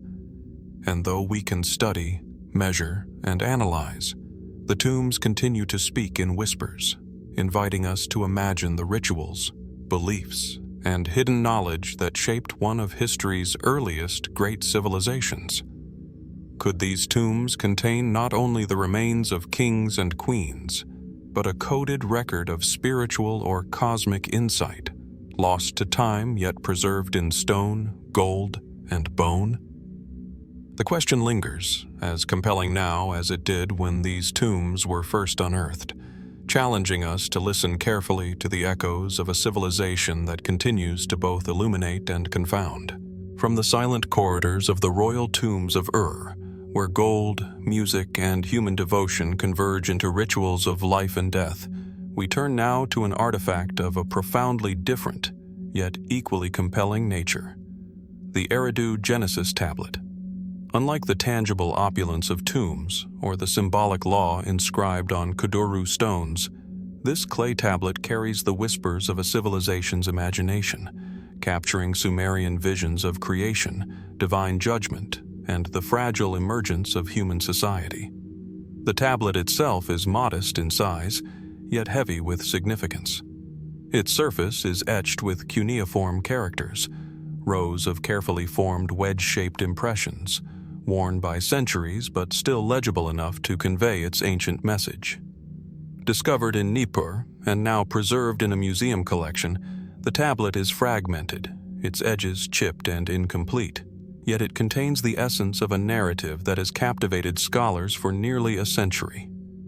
Dating to roughly 1600 BCE, the Eridu Genesis is a late copy of traditions that likely originated millennia earlier. It recounts a story both familiar and alien: the creation of humankind, the establishment of cities, the grant of kingship, and a cataclysmic flood that purges the world of its inhabitants, sparing only a chosen few. Scholars see parallels with later Babylonian texts, such as the Atrahasis and the Epic of Gilgamesh. Yet the Sumerian version is enigmatic in its brevity, gaps, and the ambiguities of its phrasing. At first glance, the tablet appears straightforward, a mythic record of human origins and divine interaction. Yet each line invites questions. Why were certain events emphasized while others are barely mentioned? Why are the gods capricious, sometimes benevolent, sometimes wrathful, in ways that defy easy explanation? And most intriguingly, why was the narrative preserved in a single, fragile clay tablet when other stories were transmitted orally for generations? The tale begins in the city of Eridu, a place considered by the Sumerians to be the first city, sacred to the god Enki. Here, the tablet recounts, humankind emerges under divine guidance, establishing temples, kingship, and social order. Yet the text is fragmented in crucial places, leaving gaps where the sequence of events should be clear. Were these gaps accidental, the result of time and erosion, or might they reflect intentional omissions? Knowledge meant only for the initiated, or truths too profound to be inscribed plainly? The story's flood motif is particularly compelling. The Eridu Genesis recounts a divine decision to wipe out humanity with water, sparing only one man and one woman who survive by divine favor. Scholars have long debated the origin of this flood narrative, comparing it with later Mesopotamian epics and even biblical accounts. Was it inspired by actual historical floods in the Tigris-Euphrates basin, encoded into mythic memory, or was it a metaphorical expression of divine authority, cosmic cycles, or the fragility of civilization? Some interpretations suggest that the tablet may encode esoteric knowledge. Its narrative, seemingly linear, could conceal calendrical, astronomical, or ritual insights. The Sumerians were meticulous observers of the sky, as evidenced by the MUL.APIN texts, and it is possible that certain episodes in the Eridu Genesis correspond to celestial cycles, seasonal phenomena, or sacred calculations. If so, the tablet is not merely a story. It is a layered document, blending mythology, theology, and empirical observation into a compact, portable artifact. Other scholars point to the tablet's literary and symbolic structure. The repetition of divine names, the alternation of creation and destruction, and the measured sequence of events suggest a deliberate patterning. Could this reflect a mnemonic device, aiding priests or scribes in ritual recitation? Or might it hint at a more profound cosmological framework in which human history is mirrored in cycles of divine action, moral order, and natural upheaval? The fragmentary nature of the tablet leaves these possibilities tantalizingly open. Fringe theories extend the intrigue further. Some researchers speculate that the Eridu Genesis preserves knowledge of lost technologies, ancient engineering, or even early astronomical observations disguised as myth. Others propose that the flood story encodes an allegorical warning about environmental or societal collapse, a cautionary tale from a civilization attuned to the rhythms of rivers, crops, and human ambition. While such interpretations cannot be confirmed, the very survival of the tablet invites us to ask these questions, to probe the boundaries between myth, history, and potential lost knowledge. The tablet's preservation also raises questions about Sumerian priorities. Clay was perishable and heavy, yet this story was carefully inscribed, copied, and curated. Was the choice of material meant to convey permanence, or was it simply practical? And how many similar narratives have been lost entirely, their wisdom buried with the civilizations that revered them? The Eridu Genesis, fragile though it is, stands as a testament to what Sumerians valued most: the recording of cosmic order, human morality, and divine interaction, all compressed into symbols impressed upon clay. Standing before a copy of the tablet today, one is struck by the intimacy of its message and the enormity of its implications. Unlike the royal tombs of which speak through objects and spatial arrangement, or the Kudurru stones, which encode law and divine witness in stone, the Eridu Genesis communicates directly through language, a bridge from the minds of ancient scribes to ours across millennia. Yet its silence is profound. It tells a story, but never fully explains itself, leaving gaps for imagination, speculation, and reflection. Could the Eridu Genesis be more than myth? Could it contain encoded observations, esoteric teachings, or even a record of events now obscured by time? Was it a spiritual guide, a historical chronicle, or a combination of both? And perhaps most tantalizingly, what other fragments of Sumerian thought, hidden in lost tablets or buried texts, await rediscovery, reminding us that even the earliest written civilizations held mysteries we have yet to decipher? In contemplating the Eridu Genesis, we recognize a pattern that has emerged throughout our exploration. From the architectural enigmas of the White Temple, through the sacred precincts of Nippur, the intricate symbolism of Kudurru stones, the opulent and cryptic royal tombs of to the heavens themselves mapped in the MUL.APIN texts, the Sumerians consistently wove together the tangible and intangible, the seen and unseen, the mortal and divine.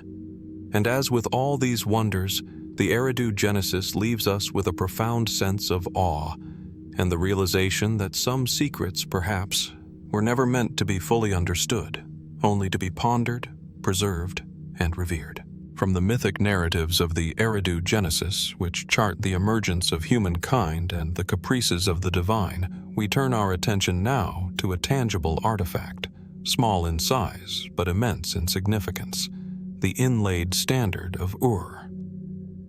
Unlike the clay tablet, whose language speaks across millennia, the standard communicates visually, offering a narrative of Sumerian life, power, and ritual in mosaics of shell, lapis lazuli, and red limestone. It is a piece that bridges myth and reality, history and imagination, inviting us to decode its stories while confronting questions that remain unresolved. Excavated in the 1920s by Sir Leonard Woolley within the Royal Cemetery at Ur, the standard was found in one of the tombs associated with elite figures. It is a rectangular box, just under 8 inches long, with 2 elaborately inlaid panels on each side, depicting what scholars have termed war and peace, a contrast that immediately captivates the viewer. Its artistry is intricate. Figures are carefully proportioned, scenes arranged in registers, symbols imbued with meaning.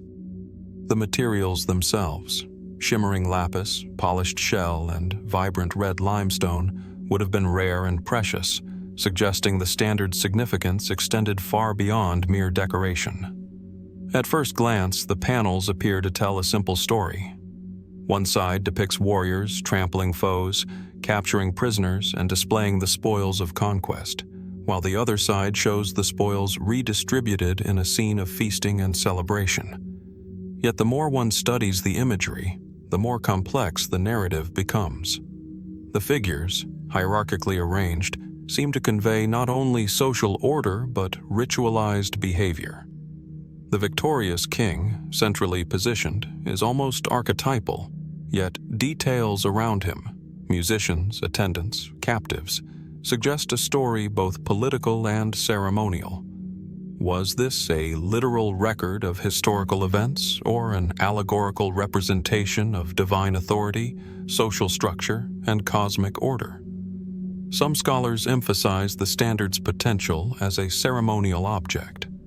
Could it have been carried in processions, used in temple rituals, or even functioned as a teaching tool to illustrate the ideals of kingship and the cyclical nature of war and peace?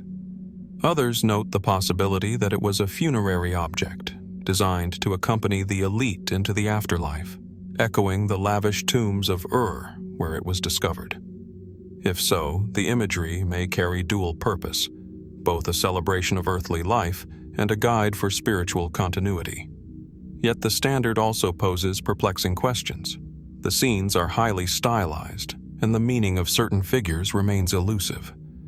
Some scholars have noted that the depiction of prisoners, the arrangement of animals, and even the use of registers may encode symbolic or ritual knowledge lost to modern understanding. Could these patterns correspond to myths, celestial events, or social codes? Was the placement of each figure deliberate beyond aesthetic concerns, forming a visual language intended for a select audience? The materials themselves invite further speculation. Lapis lazuli, for instance, was imported from regions far beyond Mesopotamia, indicating trade networks and deliberate choice for ritual prestige. Red limestone and shell, too, carry symbolic weight, possibly reflecting status, the divine, or cosmological associations. Was the combination of these materials meant to convey more than beauty? To serve as a talisman, a ritual device, or a form of coded communication between priestly, royal, or military elites? Fringe interpretations take this even further. Some researchers suggest that the standard might encode historical events in a symbolic form, a kind of pictorial chronicle where myth and reality intersect. Others posit that the contrasting panels, war and peace, reflect dual principles of Sumerian cosmology: order and chaos, life and death, divine justice and human endeavor. Could the artifact itself have been a tool for teaching these principles, a miniature model of society, or even a mystical device for understanding the balance of forces in the world? Mainstream archaeology remains cautious, recognizing the standard as both a funerary and ceremonial object, yet acknowledging the depth of its narrative complexity. The juxtaposition of conquest and celebration, the detailed depictions of human figures, animals, and ritualized activity all point to a culture deeply attuned to social hierarchy, divine favor, and the symbolism of human action. The standard is thus a microcosm, a compressed vision of Sumerian life, blending the historical, the spiritual, and the artistic. Examining the standard today, one is struck by the tension between clarity and mystery.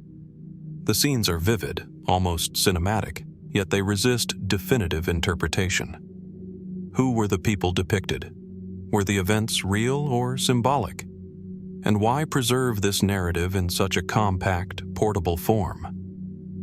The standard invites us to study it carefully, to consider both the material craft and the intentions behind it, while acknowledging that much may remain beyond comprehension. In a broader context, the Inlaid standard of Ur connects seamlessly with other Sumerian mysteries we have explored: the royal tombs, with their human sacrifices and ritual objects, the White Temple with its hidden ceremonies, the MUL.APIN texts mapping the heavens, and the Eridu Genesis revealing mythic origins. Each artifact, whether monumental, textual, or intimate, reflects a civilization obsessed with recording, ordering, and interpreting the world, yet always leaving gaps, ambiguities, and puzzles. The standard is a testament to this pattern: small, precise, and yet profoundly enigmatic. Could it be that the standard's panels, their figures, and their materials encode a form of Sumerian knowledge we cannot yet read? Was it simply a narrative of power, or a symbolic map of ritual, cosmology, and social order? And if it does contain hidden knowledge, what might it reveal about the intersection of kingship, religion, and human imagination in one of history's first great civilizations? The Inlaid standard of Ur reminds us, once again, that Sumerians did not create objects merely to impress. They crafted tools of memory, instruction, and reflection, embedding layers of meaning in form, material, and imagery.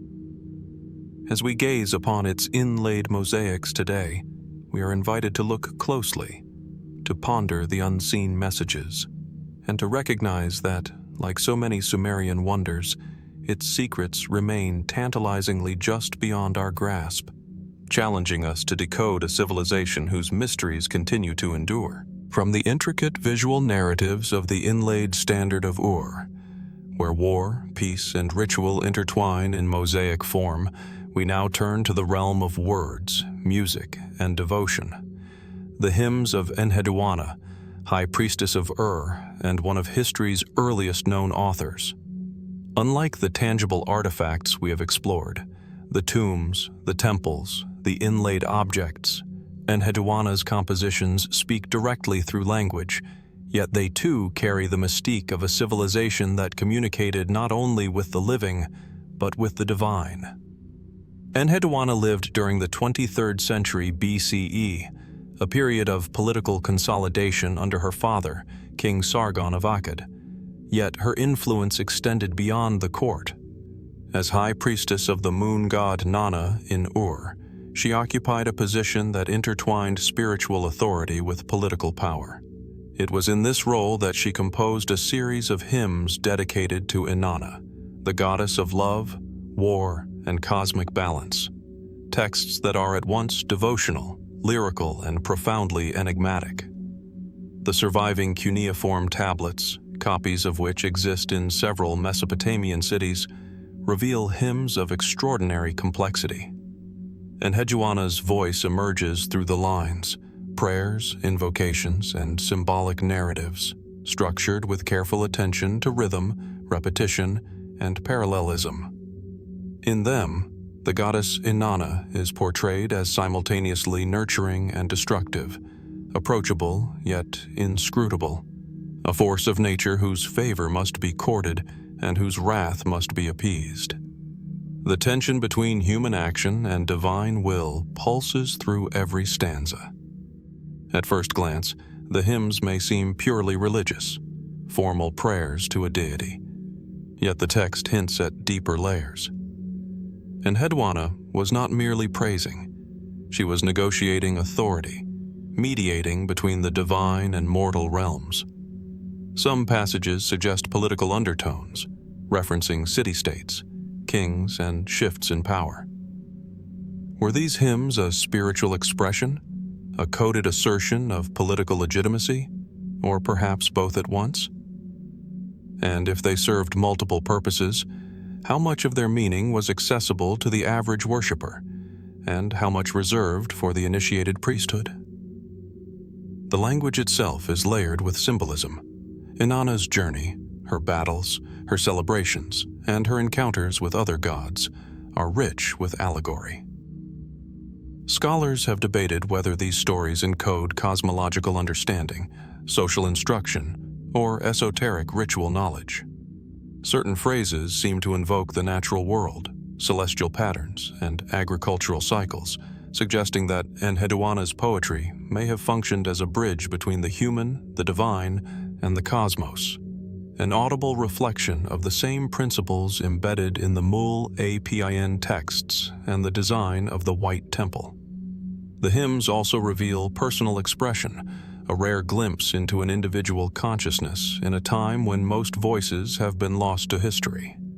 Enheduanna speaks of devotion, fear, and awe, yet also of agency, asserting her role as intermediary between mortals and gods. Could these texts have served as a model for religious leadership or as a tool for training priestesses in ritual practice and theological reflection?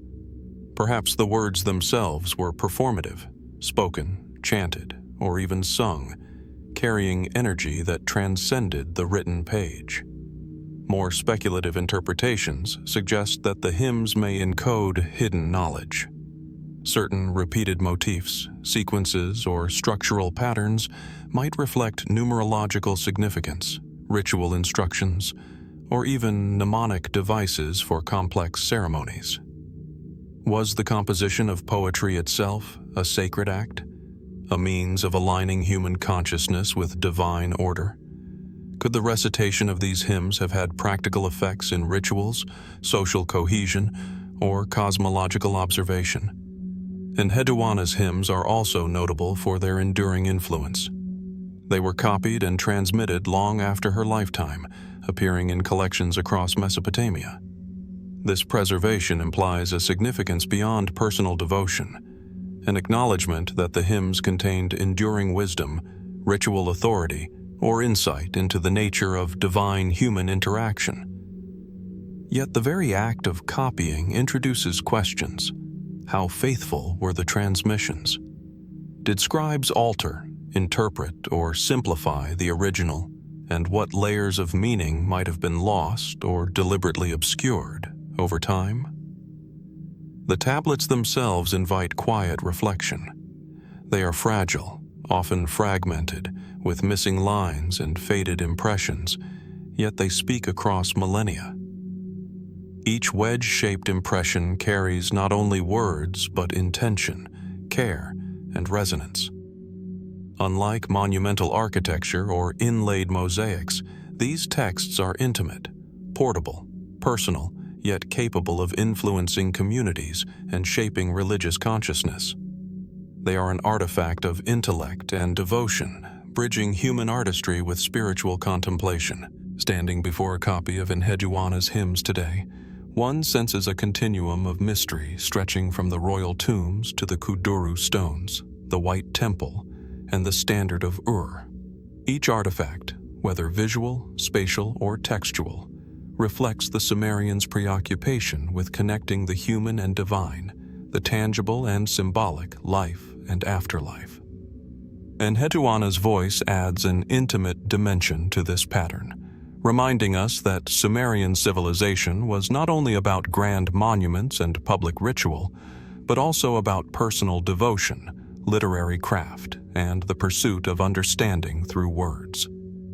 Could the Inanna hymns contain hidden layers of knowledge, spiritual insight, or ritual power that we cannot fully access today? Were they designed solely as devotional texts, or did they serve as guides to cosmology, governance, or esoteric practice?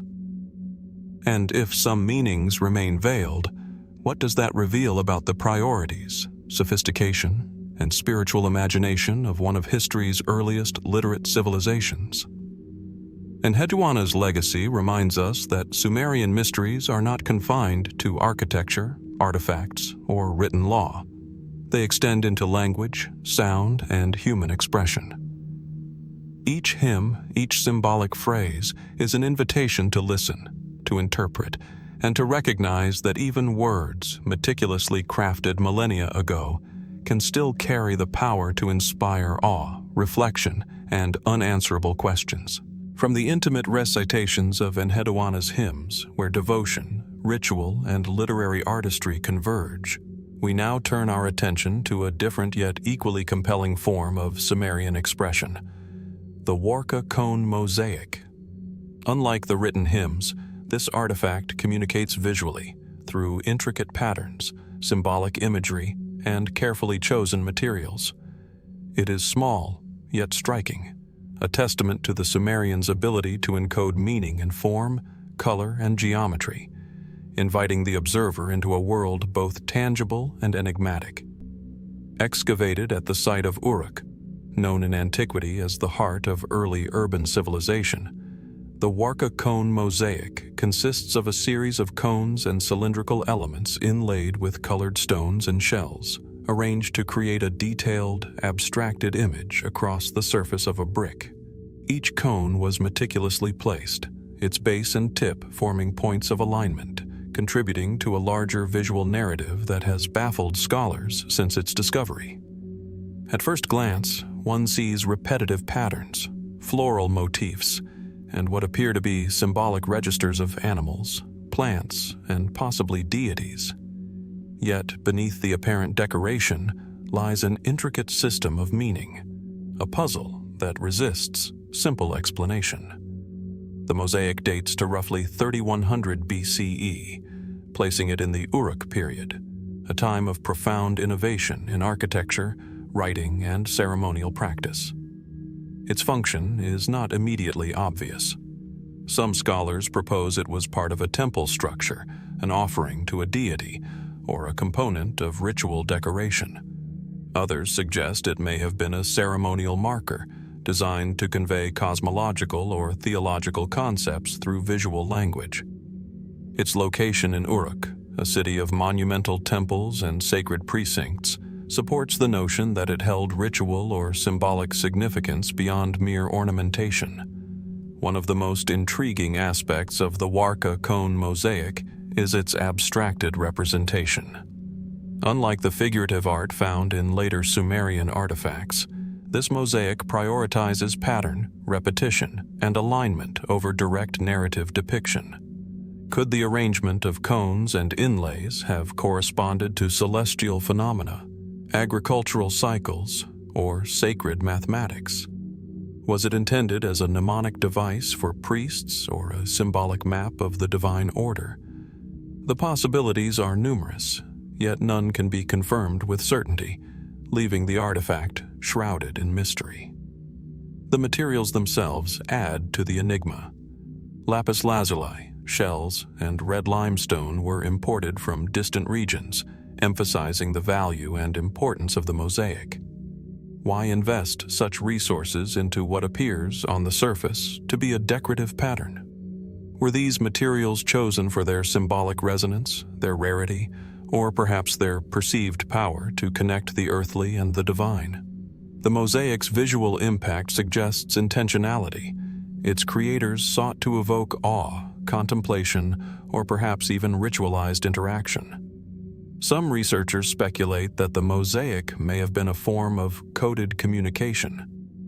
The repetition of certain motifs, rows of cones, stylized animals, and geometric patterns, suggests a symbolic language, one that could convey information about social order, religious hierarchy, or cosmic principles.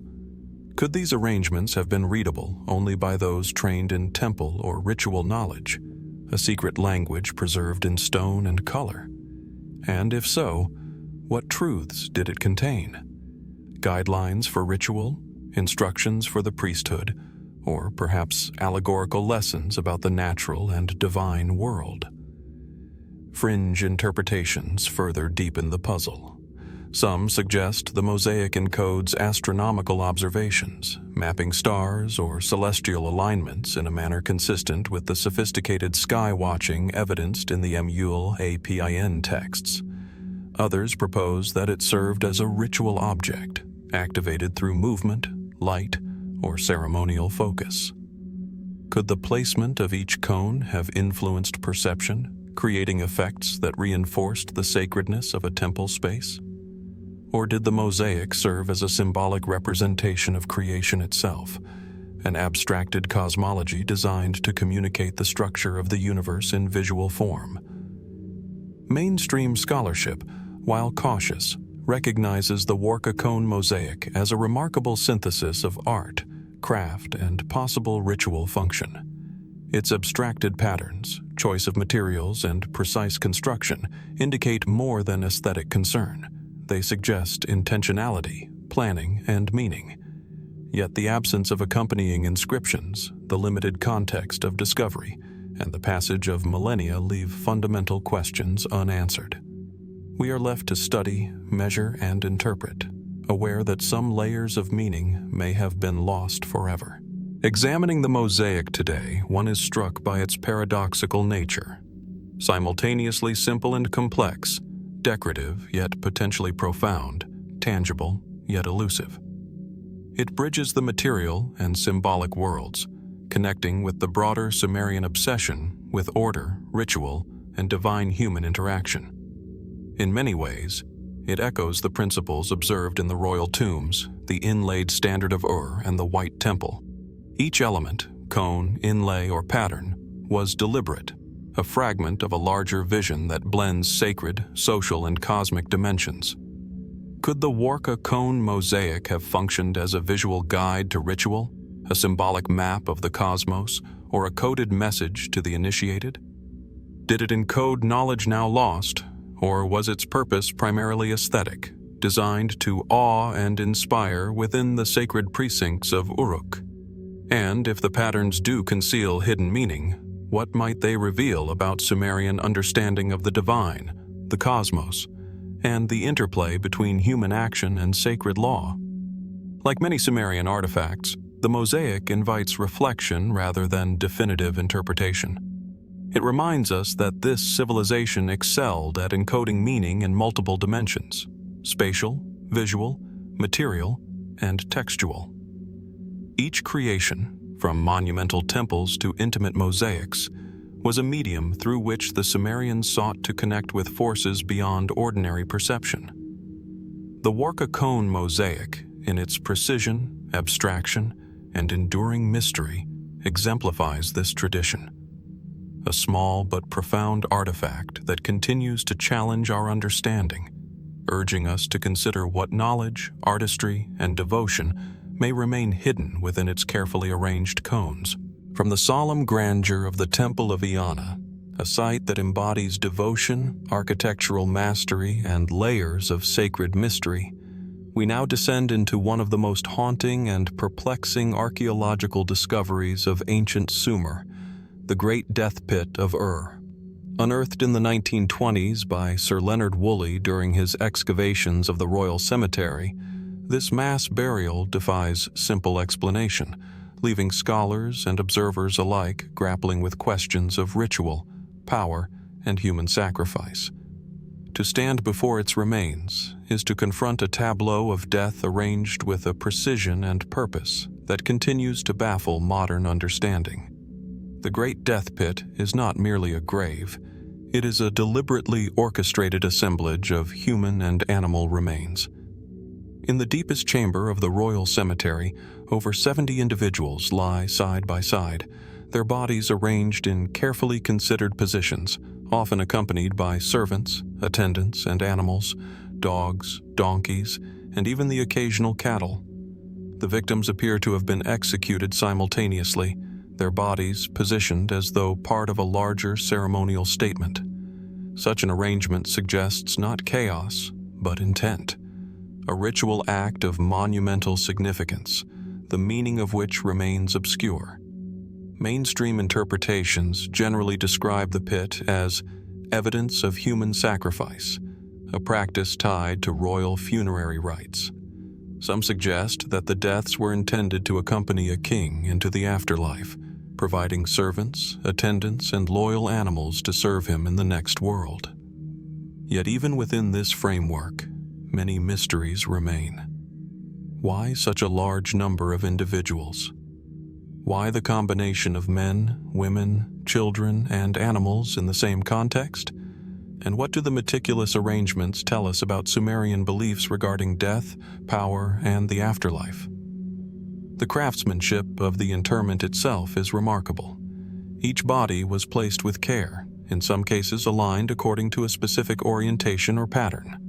Artifacts, weapons, and personal items accompany the deceased, suggesting an awareness of ritual, hierarchy, and symbolic representation. Could the spatial arrangement of the bodies correspond to cosmological principles? Or is it an expression of social order and royal authority projected into death? Was the placement intended to guide the souls of the deceased, or to convey a message to the living who would later witness or participate in these ceremonies? The human remains tell another, more enigmatic story. Signs of sudden death are apparent, yet the precise methods remain unclear. Some scholars argue for poisoning, strangulation, or bludgeoning, but evidence is incomplete, leaving room for speculation. Were these acts purely ritual, intended to honor the king, or were they expressions of power and terror, designed to consolidate authority even beyond the grave? And why does the practice appear to vanish abruptly in subsequent periods, leaving only enigmatic traces for archaeologists to ponder? The inclusion of animals introduces additional layers of symbolism and speculation. Dogs, known for their loyalty, appear repeatedly. Donkeys, beasts of burden, and other creatures are positioned with the humans in ways that suggest ritual significance. Were these animals companions for the king in the afterlife, sacrificial offerings, or symbolic representations of divine or cosmic principles? Could the combined presence of humans and animals reflect a belief in the continuity of life beyond death, or a ritualized act meant to bind the material and spiritual worlds together? Fringe theories intensify the mystery. Some researchers propose that the death pit may have been part of a larger, secretive cultic practice, perhaps involving esoteric knowledge of life, death, and divine authority. Others suggest astronomical or calendrical significance to the timing or orientation of the sacrifices, implying a sophisticated understanding of celestial cycles embedded in ritual practice. Could the arrangement of bodies and artifacts have encoded messages about cosmic order, divine hierarchy, or hidden knowledge accessible only to the elite priesthood or ruling class? The cultural and psychological dimensions of the Great Death Pit are equally compelling. What does the willingness to sacrifice entire groups of individuals reveal about the values, beliefs, and social structure of Ur? Were these acts framed as devotion, coercion, or divine obligation? And what psychological impact did witnessing such events have on the living, on the royal family, the temple priests, and the society that permitted or mandated these acts? Modern archaeological methods have offered additional clues, but they have also deepened the mystery. Analysis of skeletal remains reveals patterns of trauma, age distribution, and social status that suggest careful selection rather than random death. Chemical and isotopic studies hint at diet and origin, implying that some individuals may have been brought from distant regions, adding an element of ritualized inclusion or tribute. What social or political logic dictated who would be sacrificed and why such elaborate care was taken in their placement? Even after nearly a century of study, the great death pit of continues to challenge understanding. It is at once a site of tragedy, devotion, and spectacle, a carefully orchestrated ritual that speaks to beliefs, hierarchies, and practices we can only partially reconstruct. The pit reminds us that ancient Sumerians conceived of life, death, and power in ways that remain profoundly alien to modern perspectives, yet it also reflects timeless questions: the lengths to which humans will go to assert authority, honor the divine, or negotiate mortality. Could the Great Death Pit preserve knowledge about Sumerian ritual, cosmology, or social order that we have yet to fully grasp? Are there symbolic patterns, hidden meanings, or lost ceremonial techniques encoded in the arrangement of bodies, animals, and artifacts?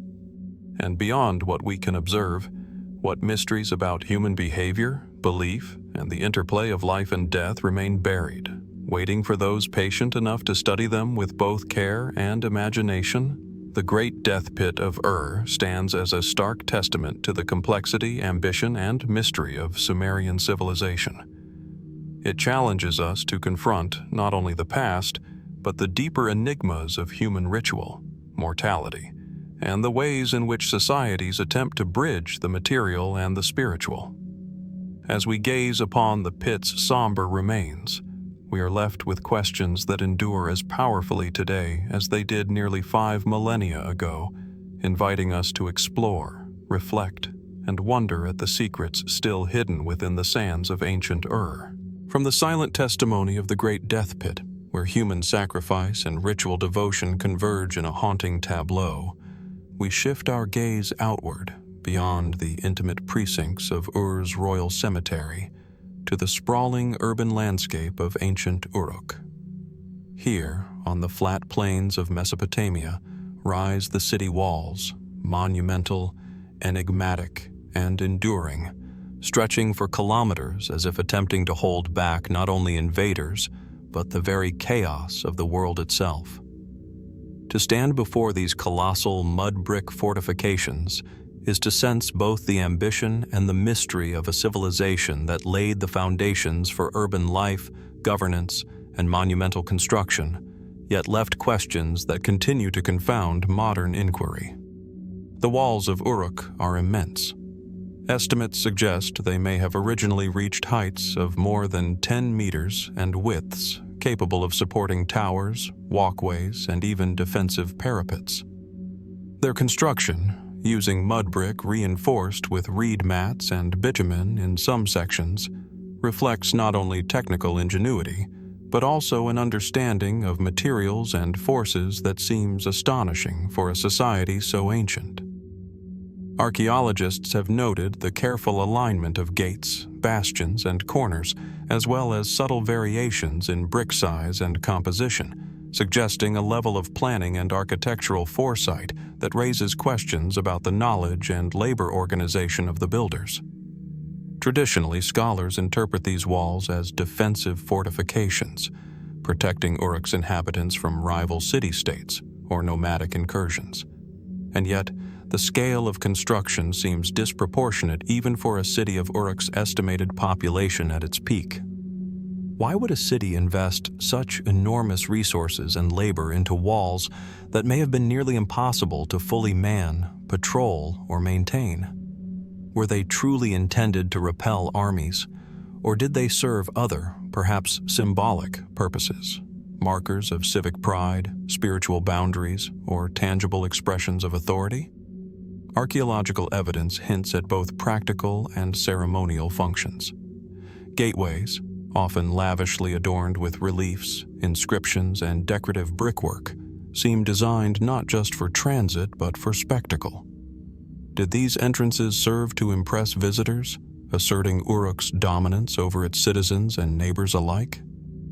Some scholars propose that processional routes through the gates and along the walls were part of religious or political rituals, ceremonies in which kings and priests projected divine or civic authority through spectacle and architecture. Could the walls themselves have been designed as stages for ritual enactment, blending defense, display, and devotion into a single monumental construct? Beyond functional or symbolic interpretations, the construction methods themselves remain a source of fascination.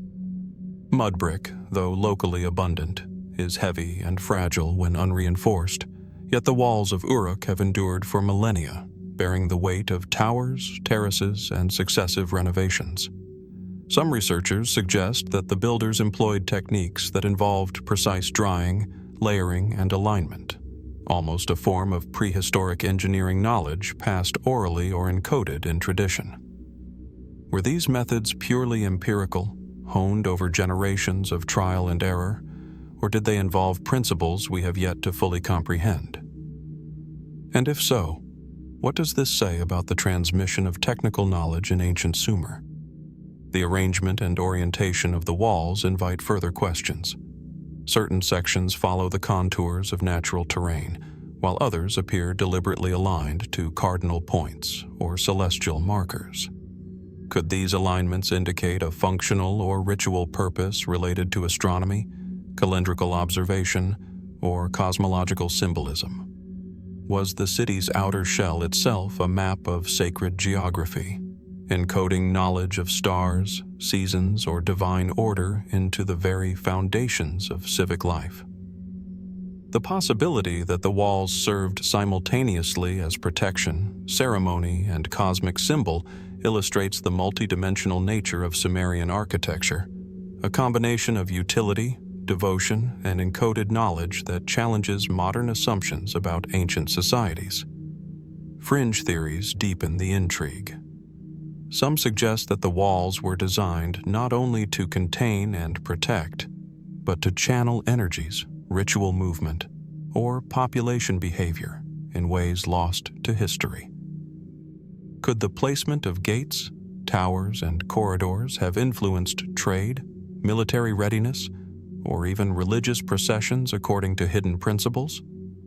Did the walls themselves form a kind of mnemonic or symbolic device communicating social order, divine favor, or cosmological structure to those who traversed them? And if so, how much of this knowledge was intended for public consumption, and how much was restricted to elite priesthoods or ruling authorities? The labor required to build these fortifications also speaks to social organization and political control. Tens of thousands of workers would have been needed over decades to quarry materials, shape bricks, transport loads, and assemble massive walls. How was this workforce mobilized and sustained? Were workers conscripted, compensated, or spiritually motivated by ritual obligation? And what does this imply about the social, economic, and ideological structures that allowed Uruk to marshal such extraordinary human effort for purposes that remain partly inscrutable? Even today, standing among the remnants of Uruk's walls, one cannot ignore the tension between visibility and mystery. The walls communicate ambition, resilience, and human ingenuity, yet they guard their secrets jealously. We see the traces of towers, gates, and terraces, but the full plan, function, and symbolic logic of the fortifications elude complete understanding. What aspects were intended to protect, what to impress, and what to encode? Social, religious, or cosmic knowledge beyond the comprehension of most who walked their paths. Could the Uruk walls preserve an understanding of urban planning, ritual, and cosmology that we have yet to decode? Were the builders aware of principles that integrated defense, civic identity, and sacred order into a single monumental construct? And if so, how many layers of meaning have been lost to time, leaving us with only fragments of their ingenuity and intent? The walls of Uruk remain both a testament to human ambition and a profound enigma. They challenge our assumptions about early urban life, suggesting that even at the dawn of civilization, architecture could serve not only practical needs but also symbolic, ritual, and perhaps even cosmological purposes. As we trace their remnants across the plain, we are left to wonder, what secrets lie embedded in the mud brick, in the orientation of gates, in the terraces and towers? How much of Sumerian knowledge, of power, religion, and the cosmos was encoded in these walls, waiting to be deciphered by those who can perceive the subtle interplay of architecture, ritual, and human intent? The city walls of Uruk are more than the sum of their stones. They are monuments to ambition, mystery, and the persistent human desire to impose order on a complex and often unpredictable world. And as we continue to study, explore, and imagine, we confront the enduring question that has fascinated generations of scholars. What did the ancient Sumerians truly intend? And how much of that intention remains hidden behind the enduring silhouette of Uruk's walls? From the monumental fortifications of Uruk, designed to protect, impress, and perhaps encode sacred knowledge, we turn now to the more subtle, yet no less enigmatic realm of myth. The stories and cult of Dumuzi, the Sumerian god whose presence permeates both ritual and literary tradition. Unlike the walls, whose meaning is etched into brick and earth, Dumuzi's mysteries are inscribed in song, legend, and ritual observance, a tapestry of belief that challenges our understanding of Sumerian spirituality, social order, and human perception of the divine. Dumuzi, also known as Tammuz in later traditions, is most often associated with fertility, shepherding, and seasonal cycles. His myths intertwine love, death, and resurrection, suggesting a deity whose influence extended far beyond mere pastoral concerns. Central to these narratives is his tragic union with the goddess Inanna, whose descent into the underworld mirrors a cosmic drama of life and death. The story is at once deeply human: love, loss, betrayal, and profoundly cosmic, connecting the rhythms of agriculture, the movement of seasons, and the precarious balance between life and decay. Archaeological and textual evidence reveals the intensity of Dumuzi's cult.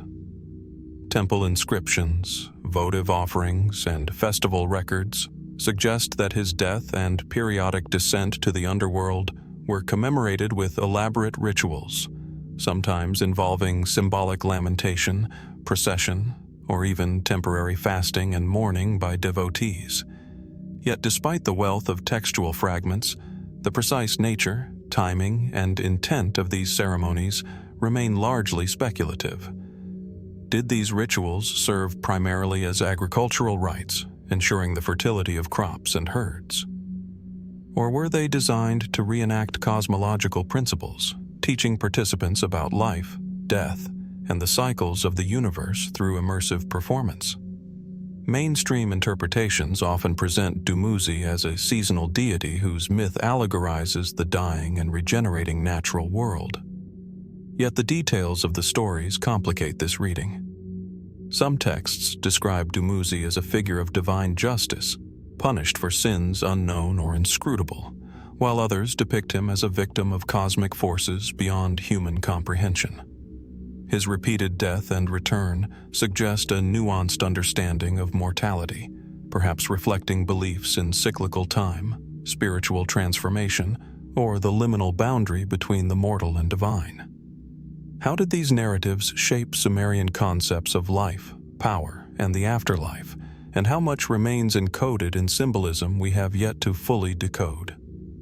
Artifacts associated with Dumuzi's worship add another layer of mystery. Figurines, inscriptions, and ceremonial objects recovered from temple sites hint at ritualized enactments of his death and return. Some scholars suggest that these objects were used in dramas or public ceremonies, while others propose more esoteric functions, tools of divination, meditation, or initiation, perhaps accessible only to select priests. Were these objects reminders of Dumuzi's myth, instruments of ritual power, or encoded messages containing knowledge lost to time? And why does the god's cult survive and evolve over centuries, influencing neighboring cultures, yet leave so few clues about its precise ritual mechanics? The narrative of Dumuzi also invites speculation about human psychology and collective memory. Why would a society repeatedly reenact the death of a god? Was it a means of confronting mortality, mediating fear, or instilling social cohesion through shared myth? Some fringe interpretations suggest that the rituals surrounding Dumuzi may have involved altered states, symbolic sacrifices, or even encoded astronomical observation, practices designed to align human consciousness with perceived cosmic rhythms.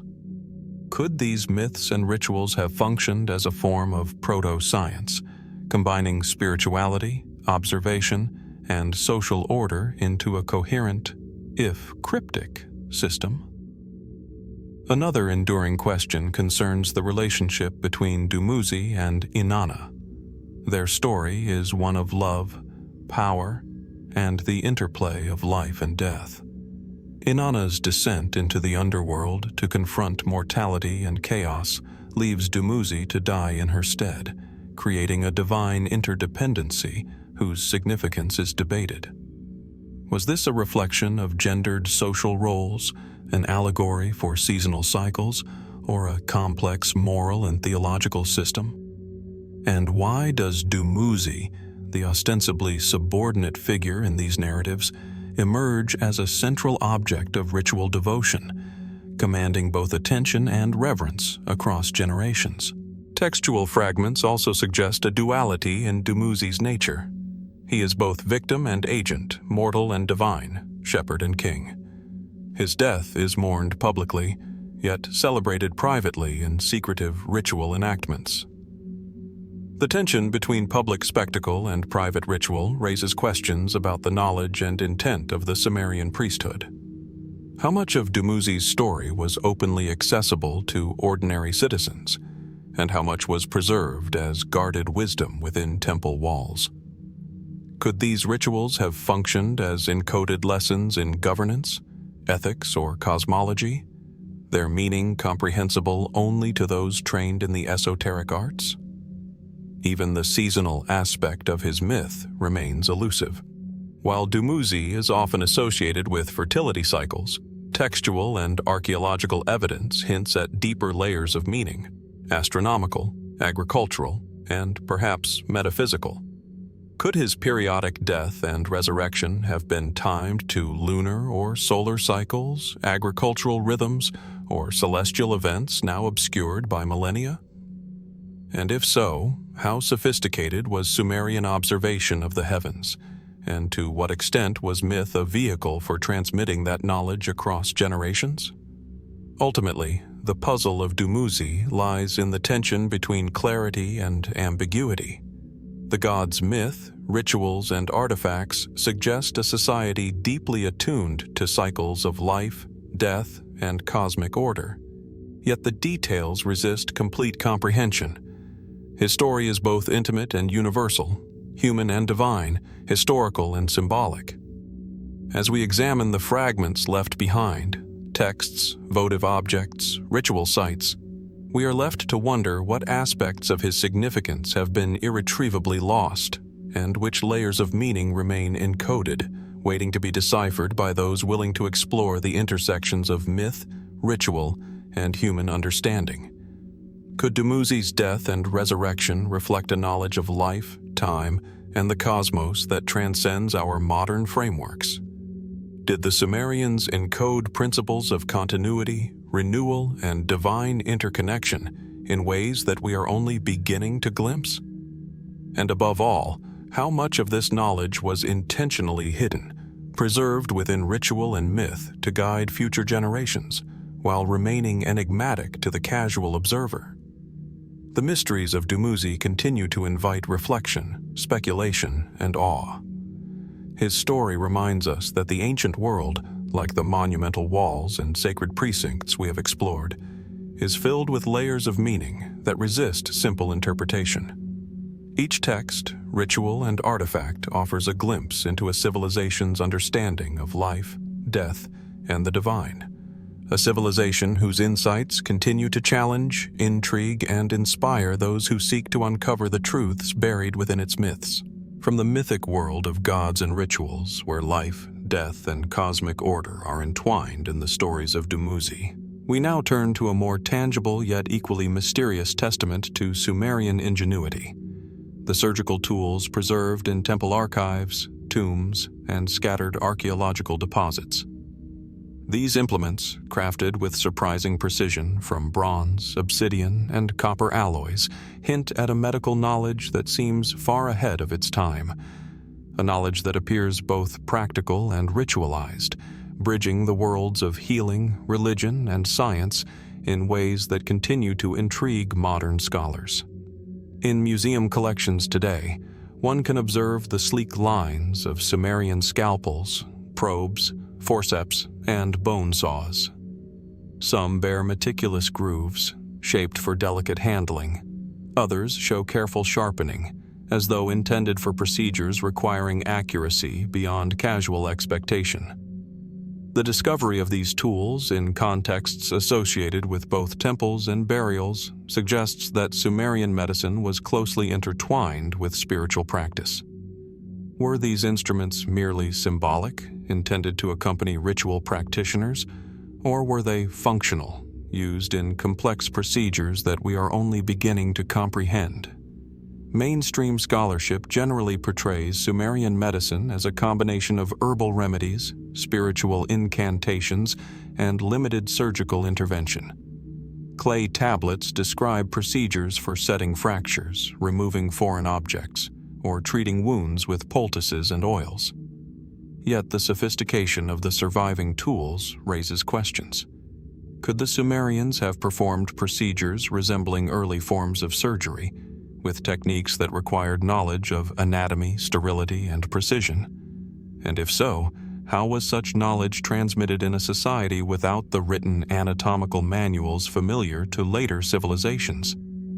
The context of these tools adds another layer of intrigue. Many have been excavated from temple precincts, suggesting a link between healing and divinity. Did priests and physicians operate as parallel authorities, one guiding ritual, the other guiding flesh and bone? And could this dual role reflect a worldview in which spiritual and physical well-being were inseparable, each influencing the other in ways that modern medicine only partially acknowledges? The line between ritual and procedure may have been fluid, with incantation, prayer, and physical intervention forming a single, integrated approach to human health. Some scholars propose that Sumerian surgical knowledge was more advanced than commonly recognized. Certain tools resemble instruments used in later cultures for procedures such as trepanation, extraction, and cauterization.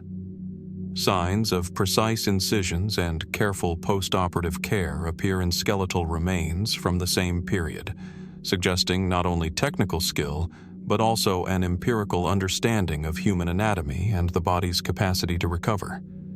Could Sumerians have mastered techniques lost to history, practices that would not reappear in widespread use for centuries? Fringe interpretations deepen the mystery further. Some researchers speculate that these tools were used in esoteric or ceremonial procedures intended to manipulate life force, extend vitality, or even interact with spiritual planes. Were some of these implements intended to remove disease, or were they also designed to remove spiritual impurities or channel divine energy? If ritual and medicine were inseparable, could Sumerian surgical practice represent a holistic system of knowledge, physical, spiritual, and symbolic, that modern science struggles to categorize? The materials themselves provoke questions about metallurgical knowledge. Bronze and copper, shaped into instruments capable of fine manipulation, imply a level of craftsmanship that required controlled smelting, casting, and finishing processes. Obsidian, when used for cutting implements, produces edges finer than many modern scalpels. How did the Sumerians acquire and refine such materials, and what experimental knowledge allowed them to combine functionality with durability? Were these skills confined to specialist workshops, or were they disseminated through training and apprenticeship across urban centers and temple complexes? the potential applications of these tools are equally puzzling. Skeletal remains from sites like Ur and Lagash show signs of trepanation and other interventions that, when analyzed today, suggest remarkable precision and understanding of the body's limits. Could these procedures have been attempts to treat trauma, infection, or neurological conditions? Or were they part of ritualized interventions intended to alter consciousness, enhance perception, or achieve other spiritual aims? The ambiguity challenges modern assumptions about the separation of medicine and religion in early civilizations. Even today, researchers debate the extent and sophistication of Sumerian surgical practice. Were these tools symbols of status and priestly authority, or did they represent a practical, empirical medical tradition? Could they have been part of a curriculum of knowledge encoded in ritual, apprenticeship, and observation, preserved in part on clay tablets and in the meticulous design of instruments themselves? And if so, how much of this knowledge has been irretrievably lost to the passage of millennia, leaving us with only fragments and tantalizing glimpses of a medical tradition both advanced and mysterious? The presence of these tools, combined with textual references to healing rituals, incantations, and prescribed treatments, suggests a worldview in which life, health, and spirituality were inseparable. The Sumerians appear to have approached the human body as both a physical and metaphysical entity, one that could be manipulated, healed, and understood through a combination of observation, craftsmanship, and ritualized knowledge. How sophisticated was this system? Did it include empirical techniques that rival later civilizations, or were these practices symbolic, designed to influence perception, belief, and social order, rather than strictly biological outcomes? The forgotten knowledge of Sumerian surgical tools continues to intrigue, challenge, and inspire. Each instrument, each tablet, and each carefully preserved implement offers a glimpse into a civilization that understood the human body in ways both practical and symbolic. Yet the gaps in understanding remain vast. What procedures were actually performed, and which were theoretical or ritualized? How much of this expertise was codified and transmitted, and how much vanished with the fall of cities, the loss of records, or the shifts in cultural practice? In the end, the surgical tools of Sumer serve as a powerful reminder that the ancient world was not only capable of monumental construction, intricate myth, and sophisticated ritual, but also of technical knowledge that challenges modern assumptions. They invite us to consider the possibility that, within these small implements of bronze and obsidian, there lies a forgotten science, one that bridges the physical, the spiritual, and the empirical in ways that remain tantalizingly just beyond our comprehension. Could the Sumerians have mastered techniques of healing and surgery that we have yet to fully understand? Were their rituals and instruments designed to protect life, to manipulate divine favor, or perhaps to do both simultaneously? And what other knowledge, encoded in tools, texts, or tradition, might still lie hidden beneath the sands, waiting for the curious and patient to uncover it?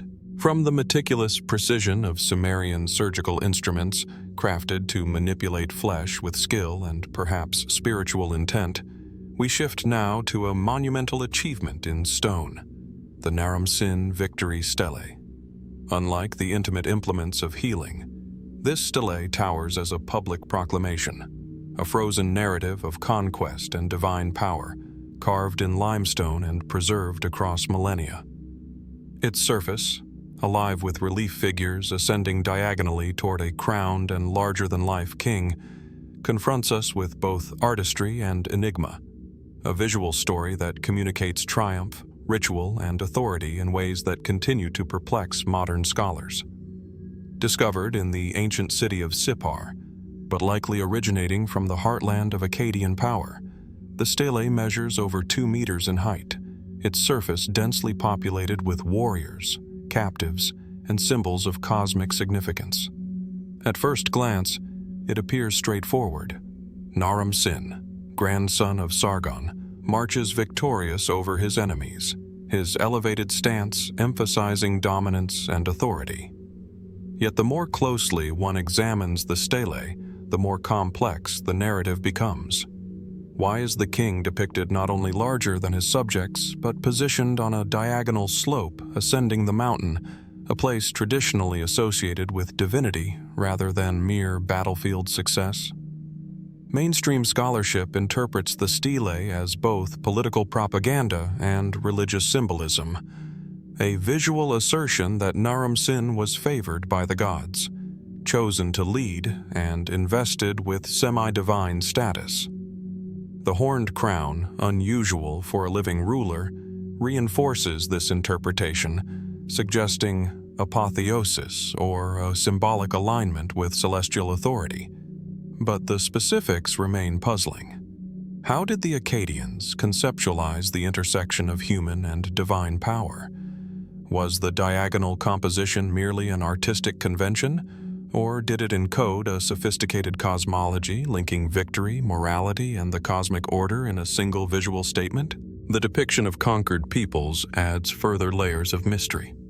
Captives are shown in poses of supplication or flight, yet their expressions and placement sometimes defy strict narrative logic. Some appear to ascend the slope alongside the king, while others are scattered at the base, suggesting movement, chaos, or even ritual enactment beyond the literal battlefield. Could these figures represent not only human enemies, but spiritual forces, metaphors for cosmic struggle, or elements of a calendrical or ritual system lost to history? What exactly was Naram-Sin's stele intended to communicate to contemporaries? And how much of that meaning relied on symbolic literacy accessible only to elites? The materiality of the stele also raises questions. Carved from a single slab of pink limestone, the relief required extraordinary skill, planning, and labor. Were the techniques employed purely conventional for the time, or did they involve innovations in carving, scaffolding, or conceptual mapping to render perspective and scale so effectively? The stone itself, durable yet difficult to quarry and transport, suggests that the Akkadians were capable not only of monumental vision, but also of sophisticated logistical organization. And yet, why choose such a permanent medium for this narrative? Why immortalize a single victory in a way that continues to communicate across millennia? Fringe theories deepen the intrigue. Some scholars propose that the stele encodes more than political or religious triumph, perhaps incorporating astronomical symbolism or sacred geometry. The diagonal ascent, they argue, may mirror celestial alignments, seasonal cycles, or symbolic paths from mortal struggle to divine elevation. Could Naram-Sin himself have been conceptualized as a conduit between earthly and cosmic realms, a living embodiment of celestial order, whose victories were as much spiritual as martial? And if so, how much of this knowledge was deliberately encoded in the composition, known only to priests, scribes, or the king himself? Another enduring question concerns narrative intent. Unlike later stelae or reliefs that rely heavily on text, the Naram-Sin stele is strikingly visual. The absence of extensive inscription forces interpretation through form, composition, and symbolism. How were these visual cues understood by contemporaries?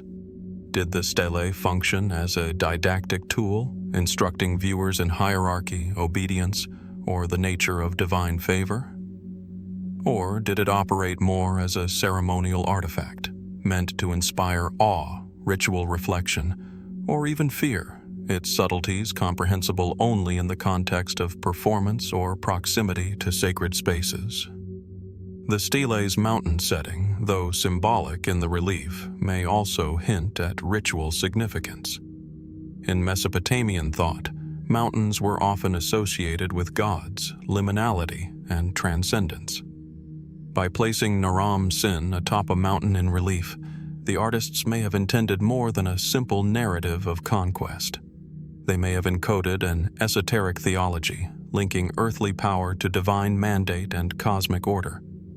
How much of this intended meaning has been lost, obscured by millennia of displacement, reinterpretation, and the absence of explanatory text? Even today, modern viewers encounter the stele with awe tinged by confusion. The combination of scale, detail, and symbolic complexity challenges conventional assumptions about early civilizations. We see a king, triumphant and divine, yet surrounded by questions. How literal was the depiction of battle, and how much symbolic or allegorical? What rituals, chants, or ceremonies may have accompanied the display of the stele? And how deeply did the Akkadians understand the connection between visual narrative, political authority, and spiritual legitimacy? Ultimately, the Naram-Sin victory stele endures as both a historical document and a profound mystery. It is a testament to human ambition, artistic skill, and conceptual sophistication, yet it guards its secrets fiercely. Every figure, angle, and proportion seems intentional, yet the precise logic remains elusive. How much of the king's story was meant to communicate power? How much to convey spiritual or cosmic principles? And how much to encode knowledge now lost to us? The stele invites reflection on the nature of memory, authority, and the intersection of human and divine in ancient Mesopotamia. As we trace its carvings, consider the labor, thought, and belief embedded in every line of relief, and ponder the questions it leaves unanswered. We confront the enduring mystery of Naram-Sin himself. How did a civilization, nearly 5,000 years ago, conceptualize victory, divinity, and human destiny in ways that continue to challenge our understanding today? From the monumental triumphs of kings carved into stone, we turn now to a far more enigmatic artifact, one whose meaning is subtler, yet no less compelling: the mysterious goat in the tree sculpture. Unlike the commanding presence of the Naram-Sin victory stele, this small yet striking object invites quiet contemplation, its symbolism woven into the curves of horn, branch, and leaf. Unearthed from the temple precincts of southern Mesopotamia, the sculpture presents a goat perched improbably among branches, its stance both precarious and deliberate, a frozen moment that continues to confound scholars and enthusiasts alike. The craftsmanship is exquisite. Every curve of the goat's muscular body, each fold in its skin, and the delicate rendering of the tree's foliage reveals a precision that suggests more than decorative intent. Some scholars argue that the choice of subject, a goat elevated among branches, may reflect natural observation, an allegory of fertility, or a visual metaphor for transcendence. But the sculpture resists simple explanation.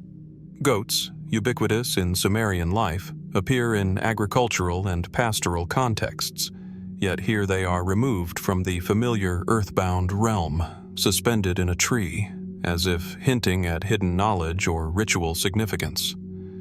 Mainstream interpretations generally link the sculpture to fertility or protective symbolism.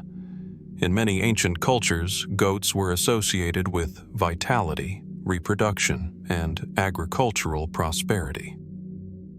Could the tree, as a life-giving structure, amplify these qualities, turning the goat into a conduit for cosmic or spiritual energy? Alternatively, might the placement of the goat among the branches represent an allegorical journey, perhaps suggesting the ascent from the mundane to the divine, the earthly to the celestial? And if so, why choose such an unusual visual metaphor rather than a more conventional representation? Archaeological context offers tantalizing hints. The sculpture was found in proximity to temple complexes and ceremonial spaces, suggesting that it may have been more than ornamental. Could it have been a ritual object, an offering, or a teaching tool designed to convey abstract principles about life, the divine, or the natural world?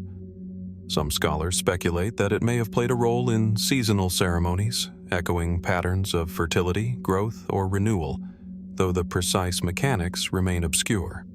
Was it intended for the public, the priesthood, or a select group of initiates who understood its encoded meaning? The symbolism becomes more perplexing when considering the goat itself. Unlike other animals depicted in Sumerian art, this goat seems suspended in a liminal space, neither firmly grounded nor entirely abstract. Could this represent a spiritual intermediary, a being capable of moving between realms of the human and divine? Some fringe interpretations suggest that the goat in the tree may even represent esoteric knowledge, a guide or guardian of sacred wisdom, encoded in an image that is simultaneously simple and profoundly layered.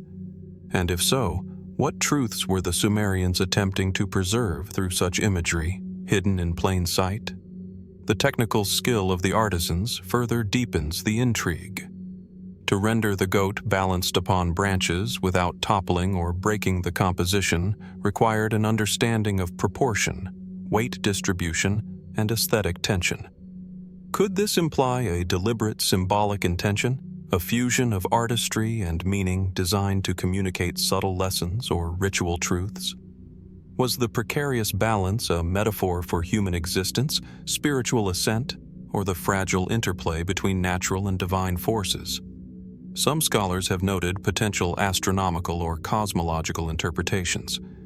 In Mesopotamian thought, animals were often associated with constellations, planetary cycles, or celestial phenomena. Could the goat, elevated in the branches, be a terrestrial representation of a star or constellation, connecting earthly observation with celestial order? If so, the sculpture may serve not only as a ritual object, but as a guide to the heavens, a visual map linking human life to the movements of the cosmos. The sculpture's small size belies the complexity of its implications. Unlike monumental stele or architectural works, it requires intimate observation, inviting the viewer to engage closely with its form, to contemplate its balance, its proportions, and the interplay of figure and foliage. Was this intimacy intentional, designed to induce reflection, meditation, or ritual focus? Could the sculpture have functioned as a teaching tool for priests or initiates, encoding layered knowledge in a single compact image? Even today, attempts to fully decode the sculpture's meaning remain tentative. Its symbolism resists definitive categorization, hovering between natural observation, allegory, and ritual function. Could the goat in the tree represent a specific myth now lost to history, or was it a more abstract emblem of Sumerian cosmology, fertility, or spiritual ascent? And how much of its intended meaning depended on context, audience, or ceremonial enactment, elements that are now irretrievably removed from the archaeological record? Ultimately, the goat in the tree sculpture invites us to consider the Sumerians' capacity for symbolic thought, for encoding complex ideas in visual form, and for integrating the earthly and the divine in ways that continue to challenge modern understanding. It reminds us that not all mysteries of the ancient world are grand in scale. Some reside in delicate, enigmatic objects, whose power lies in subtlety, precision, and ambiguity. What messages, then, were embedded in this sculpture? Was it a practical emblem of fertility, a spiritual guide, a representation of cosmic order, or a combination of all these? And how much knowledge, once understood by the Sumerians, has been lost, hidden within symbolism, ritual, and art that only partially survives? The answers remain elusive, yet the goat in the tree continues to captivate, prompting us to reflect on the sophistication, depth, and enduring mystery of Sumerian civilization. From the subtle, symbolic enigma of the goat in the tree, where every curve and branch hints at hidden meaning, we now turn to a different kind of mystery, one monumental in scale, dramatic in action, and equally elusive in its message: the Warka lion hunt reliefs. Carved from alabaster and discovered in the ancient precincts of Uruk, these panels capture a ritual hunt in extraordinary detail. Lions, apex predators of the Sumerian landscape, are depicted in motion, muscles taut, eyes wide and claws extended, confronting the king who wields bow or spear with an authority that is both human and divine. The reliefs are far more than a record of hunting. Every element, the arrangement of figures, the angle of the lion's leap, the king's poised stance, is composed with purpose, suggesting a narrative that intertwines power, ritual, and cosmology. The king does not merely kill, he asserts order over chaos, embodies divine favor, and demonstrates mastery over nature itself. Yet even as the panels communicate this, they leave more questions than answers. Why such painstaking realism in the depiction of the lions? Was it simply artistic mastery, or did it convey something deeper, perhaps reflecting beliefs about life, death, and the balance of forces in the universe? Historically, the lion hunt held profound significance in Mesopotamia. Lions were feared and respected, symbols of strength and danger beyond human control. By subduing them, the king was performing a ritual act that reinforced societal hierarchy and divine sanction. Some scholars suggest the reliefs may have been displayed in public temples, reminding citizens of the king's role as protector and intermediary between humans and gods. Yet, unlike other Sumerian art, these panels are strikingly dynamic, almost cinematic, capturing movement, struggle, and tension in ways that exceed conventional narrative forms. How did contemporary viewers interpret this drama? Did they see it as a literal recounting of events, a symbolic morality tale, or a coded ritual teaching? The artistry itself invites scrutiny. The lion's anatomy, muscles, paws, and snouts, is rendered with astonishing precision, far beyond what might be expected from artisans of the period. Could this indicate a deliberate study of nature, or even observation of live animals? Some fringe theories propose that such accuracy might imply access to lost knowledge of biology or anatomy. Was the depiction meant to convey not only power over the animal, but an understanding of its very essence, a way to capture its spirit or soul within the stone? Spatial composition adds further layers of intrigue. Unlike flat, static reliefs, the Warka panels use diagonal lines and overlapping forms to create depth and narrative tension. The king often appears elevated, almost floating above the ground plane, while the lions twist, leap, and fall below him. Could this visual hierarchy reflect spiritual or cosmological concepts, linking the king's earthly authority with celestial or divine order? Might the movements of the lions correspond to cycles of time, seasons, or ritualized beliefs now lost to us? The ritual context of the hunt deepens the mystery. In Mesopotamian society, hunting was not merely a pastime. It was a ceremonial act intertwined with temple practice, sacrifice, and cosmology. Lions may have symbolized chaos that threatened the stability of society and the cosmos. By confronting them, the king reaffirmed the proper order. Yet, the relief's exact role in these ceremonies remains speculative. Were they part of temple walls to inspire awe and devotion, teaching the faithful the virtues of courage and divine favor? Or were they intended for more private ritual spaces, their secrets accessible only to the elite or priesthood?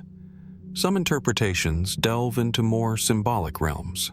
Could the lions represent forces beyond the natural world? Demons? Rival powers? Or even cosmic principles of disorder? The king's struggle then becomes more than physical dominance. It is a visual allegory for spiritual triumph, an enactment of metaphysical control encoded in stone. And if so, were the reliefs intended to convey esoteric knowledge to the viewer? Knowledge that required initiation or instruction to fully comprehend? Even the smallest details provoke questions. The pattern of scars on a lion's body, the posture of its limbs, the direction of its gaze, all might be deliberate. Were these artistic flourishes symbolic or merely aesthetic? Could they encode messages about divine favor, timing of rituals, or the king's moral authority? And why choose alabaster? A material soft enough to carve fine detail, yet durable enough to endure millennia, to immortalize this fleeting act of predation? Ultimately, the Warka lion hunt reliefs exemplify the Sumerians' ability to combine narrative, ritual, and artistry into a single, enduring statement. They are at once historical record, spiritual allegory, and aesthetic triumph. Yet despite centuries of study, many aspects of their meaning remain unresolved. How did the Sumerians themselves interpret this hunt? Was it primarily a display of political power, a spiritual ritual, a coded teaching, or all three simultaneously? And what other layers of symbolism lie hidden in plain sight, waiting for us to decipher them millennia later? As we contemplate these reliefs, we are reminded that the Sumerians were masters not only of civilization, but of narrative itself. They captured movement, struggle, and triumph in ways that continue to resonate, drawing the modern viewer into a world where power, ritual, and symbolism were inseparable. Every curve of a lion's muscle, every tilt of the king's bow, every detail carved into alabaster is a testament to human creativity and a challenge to our understanding, a mystery that endures, quietly demanding our attention, reflection, and wonder. The Warka lion hunt. Reliefs leave us with an open question. In the interplay of power, ritual, and artistry, what truths did the Sumerians seek to convey that we have yet to fully grasp? Their secrets survive in stone, waiting for those willing to look closely, to ponder deeply, and to accept that some mysteries may never be entirely solved. From the vivid, ritualized drama of the Warka lion hunt reliefs, where kings and beasts meet in a frozen symbolic struggle, we now turn to a quieter, yet equally enigmatic artifact: the clay nail inscriptions of Uruk. Unlike the dynamic scenes of lions and kings, these artifacts are small, geometric, and understated, yet they carry secrets that continue to elude modern scholars. Each nail, triangular in form, carefully inscribed with cuneiform, was once embedded into the walls of temples, their precise purpose shrouded in mystery, leaving us to wonder what messages, intentions, or powers they were meant to convey. The clay nails vary in size, but all share a deliberate precision. Their surfaces are etched with careful, angular writing, names of rulers, dedications, or perhaps even invocations to deities. The repetition of symbols and consistent placement within the architectural framework suggest a ritual or administrative function, yet their full significance remains obscure. Were they purely commemorative, a record of construction or dedication, or did they serve a symbolic, magical, or even protective role within the sacred space? Archaeologists have noted that many of these nails were found embedded deep within the brickwork of Uruk's monumental temples, including the famous Inanna precinct. Their locations, high in walls, near entrances, or at structural corners, hint at intentionality. Could the placement itself have been part of the ritual, a means of safeguarding the building or invoking divine favor upon it? Some scholars argue that the nails functioned as votive objects, a tangible offering linking human devotion with the gods, yet the exact mechanics of this connection remain frustratingly intangible. The inscriptions themselves compound the puzzle. While most are written in early cuneiform, a few display unusual symbols, seemingly beyond conventional writing systems of the period.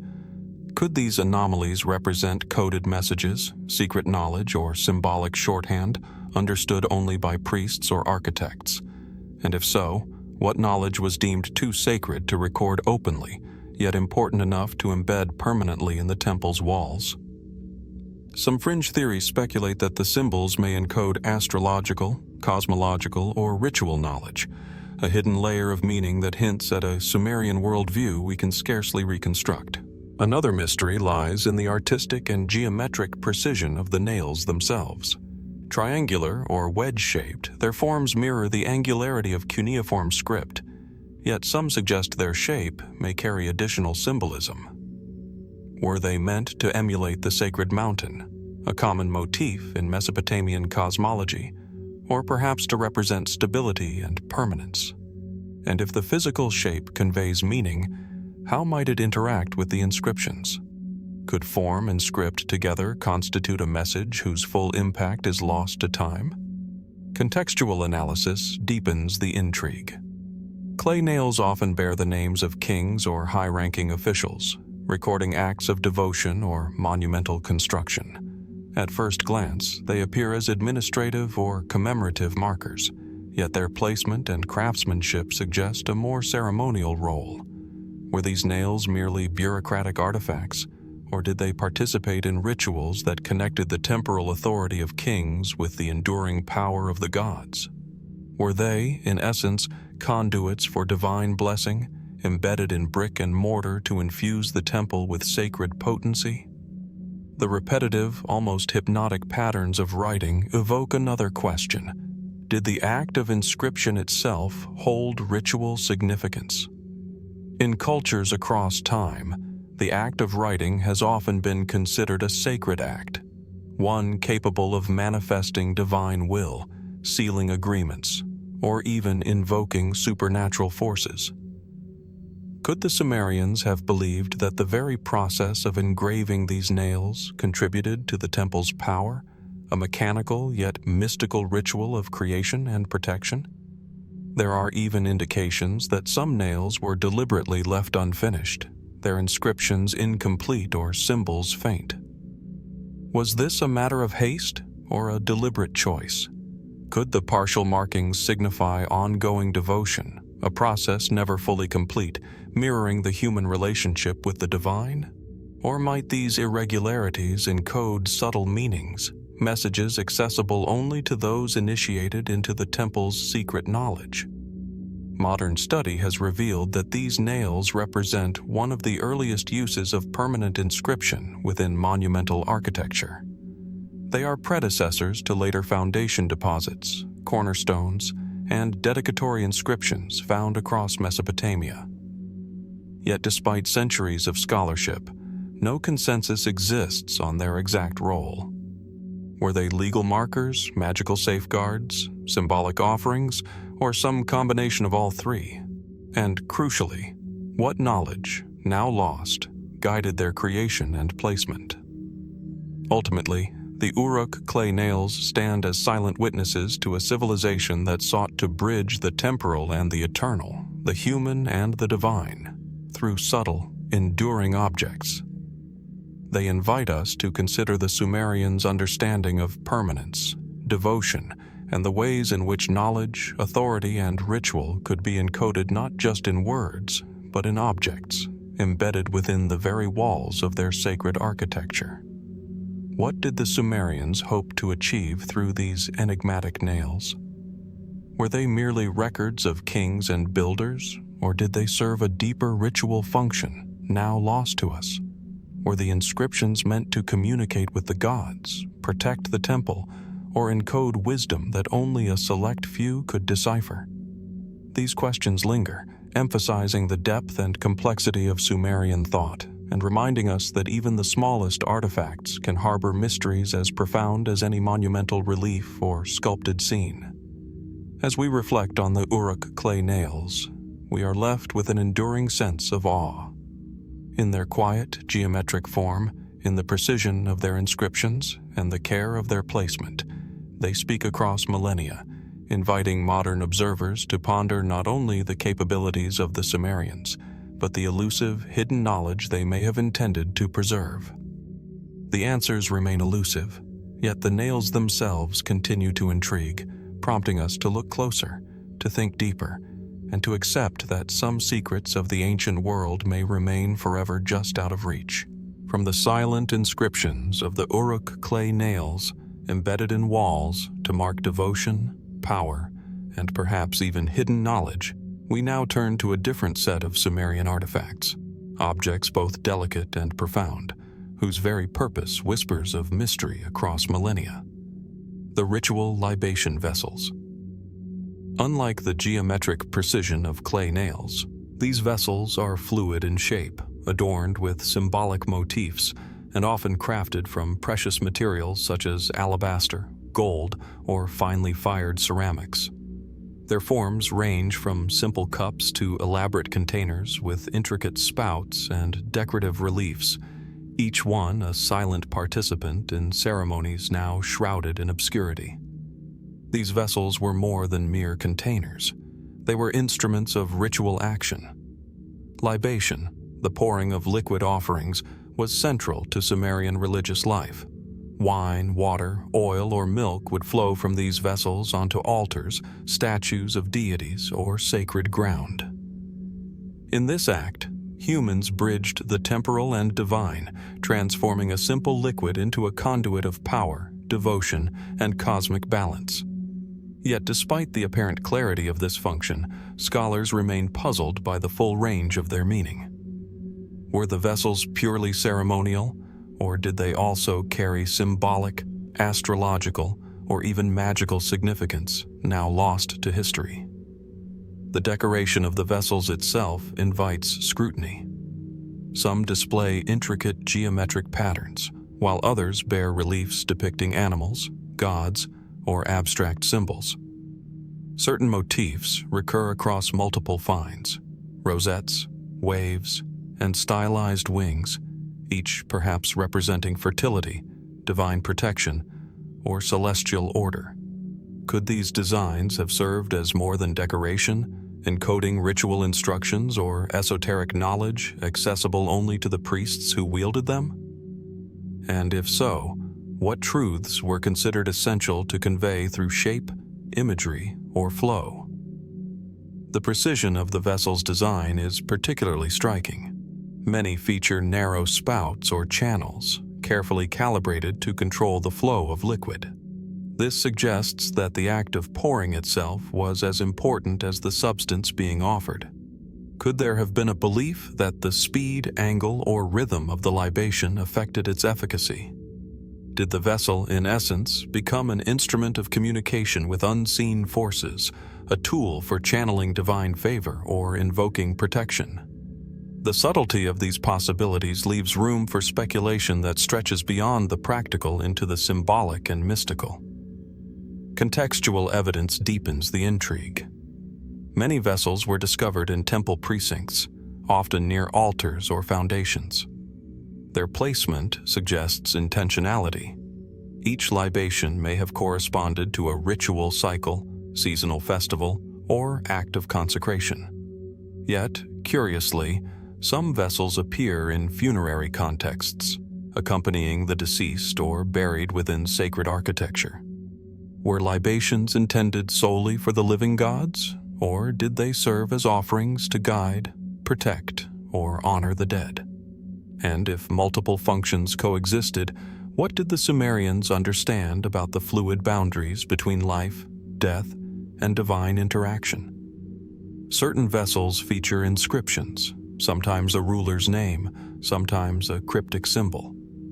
These inscriptions, like the clay nails of Uruk, suggest layers of purpose beyond the physical act of pouring. Were they dedicatory, marking the vessel as a gift to a deity, or instructional, indicating the precise ritual to be performed? Could some inscriptions have served as protective formulas, believed to enhance the power of the liquid or shield the temple and participants from malevolent forces? Each mark raises new questions, pointing to a sophisticated ritual culture that integrated writing, symbolism, and ceremonial action in ways modern observers can only partially reconstruct. Even the liquids themselves are worth examining. Wine, milk, oil, each would have carried distinct ritual meanings. Wine, perhaps representing life or vitality. milk associated with fertility or nurturing, oil often linked to purification or anointment. But beyond symbolism, could the combination of liquid, vessel, and ritual act have been viewed as a transformative process, a way to alter the physical into the spiritual, to bind the human and divine together in a single fleeting moment? If so, the vessel becomes more than an object. It becomes a tool of transmutation, capable of carrying intention into realms unseen. The fragility of these vessels adds another layer of mystery. Crafted from delicate materials, they were meant to last, yet were also susceptible to breakage, suggesting a duality: permanence in ritual and impermanence in form. Was this tension deliberate, a reflection of Sumerian ideas about life, death, and cosmic cycles? Or was it simply a byproduct of material constraints? Regardless, the vessel's survival across millennia allows modern viewers a rare glimpse into ceremonies that once governed daily life, politics, and belief in ways we are only beginning to appreciate. Ultimately, the ritual libation vessels remind us that in Sumerian culture, objects were never neutral. Each form, motif, and inscription carried weight, connecting the material and immaterial, the mortal and the divine. They exemplify a civilization that understood the potency of symbolism, the power of deliberate action, and the capacity of everyday objects to convey complex spiritual truths. Yet, as with the clay nails and lion hunt reliefs, the full extent of their meaning remains elusive. Were the vessels conduits for communication with gods, tools for ritual magic, or simple commemorative objects rendered sacred through repeated use?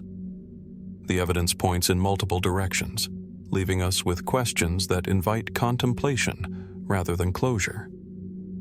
As we study these vessels, we are drawn into the quiet mystery of Sumerian ritual practice. Each curve, each channel, each inscription invites us to consider the interplay between physical action and spiritual intention. And while the precise purposes of the libations and their vessels may never be fully understood, their presence testifies to a culture that imbued even the simplest acts with profound significance. What other layers of meaning lie hidden within these silent, delicate objects, waiting for those willing to look closely, ponder deeply, and accept that some secrets may endure forever beyond the reach of history? Having traced the quiet, deliberate mysteries of the ritual libation vessels, we now turn our attention to the very space where such sacred objects were employed. The Temple of Inanna, the monumental precinct at the heart of Uruk. Rising from the marshy plains of southern Mesopotamia, the temple complex is a layered palimpsest of human devotion, labor, and architectural ambition. Massive mud brick walls stretch across an area larger than most contemporary settlements, punctuated by ceremonial courtyards, shrines, and sanctuaries. Its scale alone speaks of profound societal organization, yet the true purpose of Inanna remains stubbornly elusive, shrouded in both history and speculation. The temple's architectural complexity immediately captivates the observer. Its platforms, built in successive stages over centuries, suggest continuous renovation, expansion, and reverence. High terraces and elevated sanctuaries create a hierarchy of space, perhaps designed to mirror cosmological principles or facilitate ritual performance. Archaeologists have long debated the function of these spaces. Were they intended for communal worship, the exclusive rites of priesthood, or both? And if layered access implies ritual hierarchy, what knowledge or privileges were restricted to those who ascended to the innermost chambers? Excavations reveal walls adorned with traces of plaster and paint, suggesting a visual splendor now lost to time. Some chambers were lined with inscriptions, votive objects, and sculptural reliefs, hinting at complex ceremonial practices. Yet, despite these discoveries, the precise role of the temple in daily life, governance, and ritual remains uncertain. Was it primarily a religious center, a seat of political authority, or a hybrid of both? Could the temple have functioned as a living repository of Sumerian knowledge, a place where history, theology, and cosmic understanding converged? Central to this mystery is the alignment and design of Inanna's inner sanctuaries.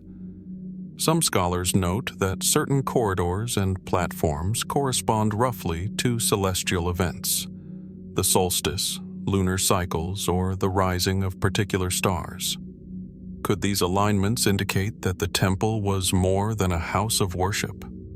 Might it have served as an astronomical observatory, a calendar, or a device to synchronize human activity with celestial rhythms?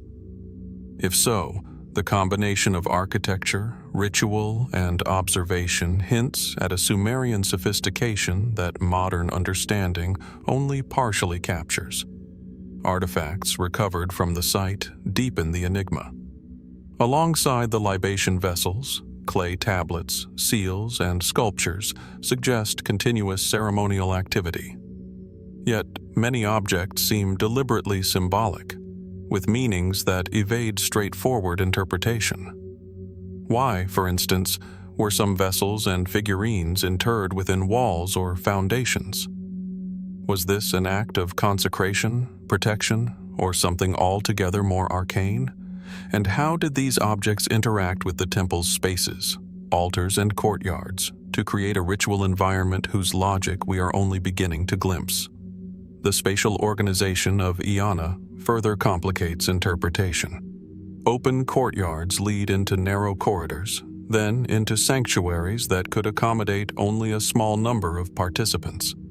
Some chambers appear almost ritualistically empty, their purpose unclear except as symbolic spaces. Did these voids function as transitional zones, mediating between the profane and sacred, the human and divine? Or were they deliberately inaccessible, preserving hidden knowledge and reinforcing social hierarchies within the religious structure?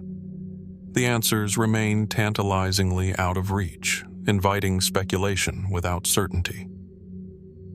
Another layer of mystery lies in the temple's construction itself. The sheer scale of Inanna required remarkable engineering and labor organization, yet we have little record of how the Sumerians achieved such feats. Was there an esoteric knowledge, architectural, mathematical, or even ritualistic, that guided the placement of bricks, the orientation of walls, or the hierarchy of spaces? Could sacred principles have dictated structural choices, intertwining divine favor with human craftsmanship in ways that modern analysis can only partially reconstruct? Finally, the temple's enduring presence speaks to the importance of continuity.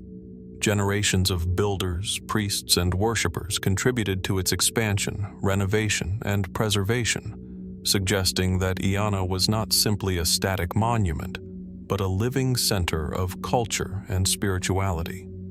Yet, despite centuries of study, the full spectrum of its function, how ordinary Sumerians experienced it, how priests performed their rites, and what knowledge was encoded within its bricks, remains unresolved. Each discovery raises further questions, hinting at meanings that extend beyond the visible or measurable. In reflecting on the Temple of Inanna, one is struck by the interplay of permanence and elusiveness. Its massive walls endure, but the knowledge embedded within them, ritual practices, spiritual intent, and possibly even scientific observation, remains largely inaccessible. Was Inanna merely a temple, a civic center, or a complex amalgamation of both, designed to embody and enforce cosmic order?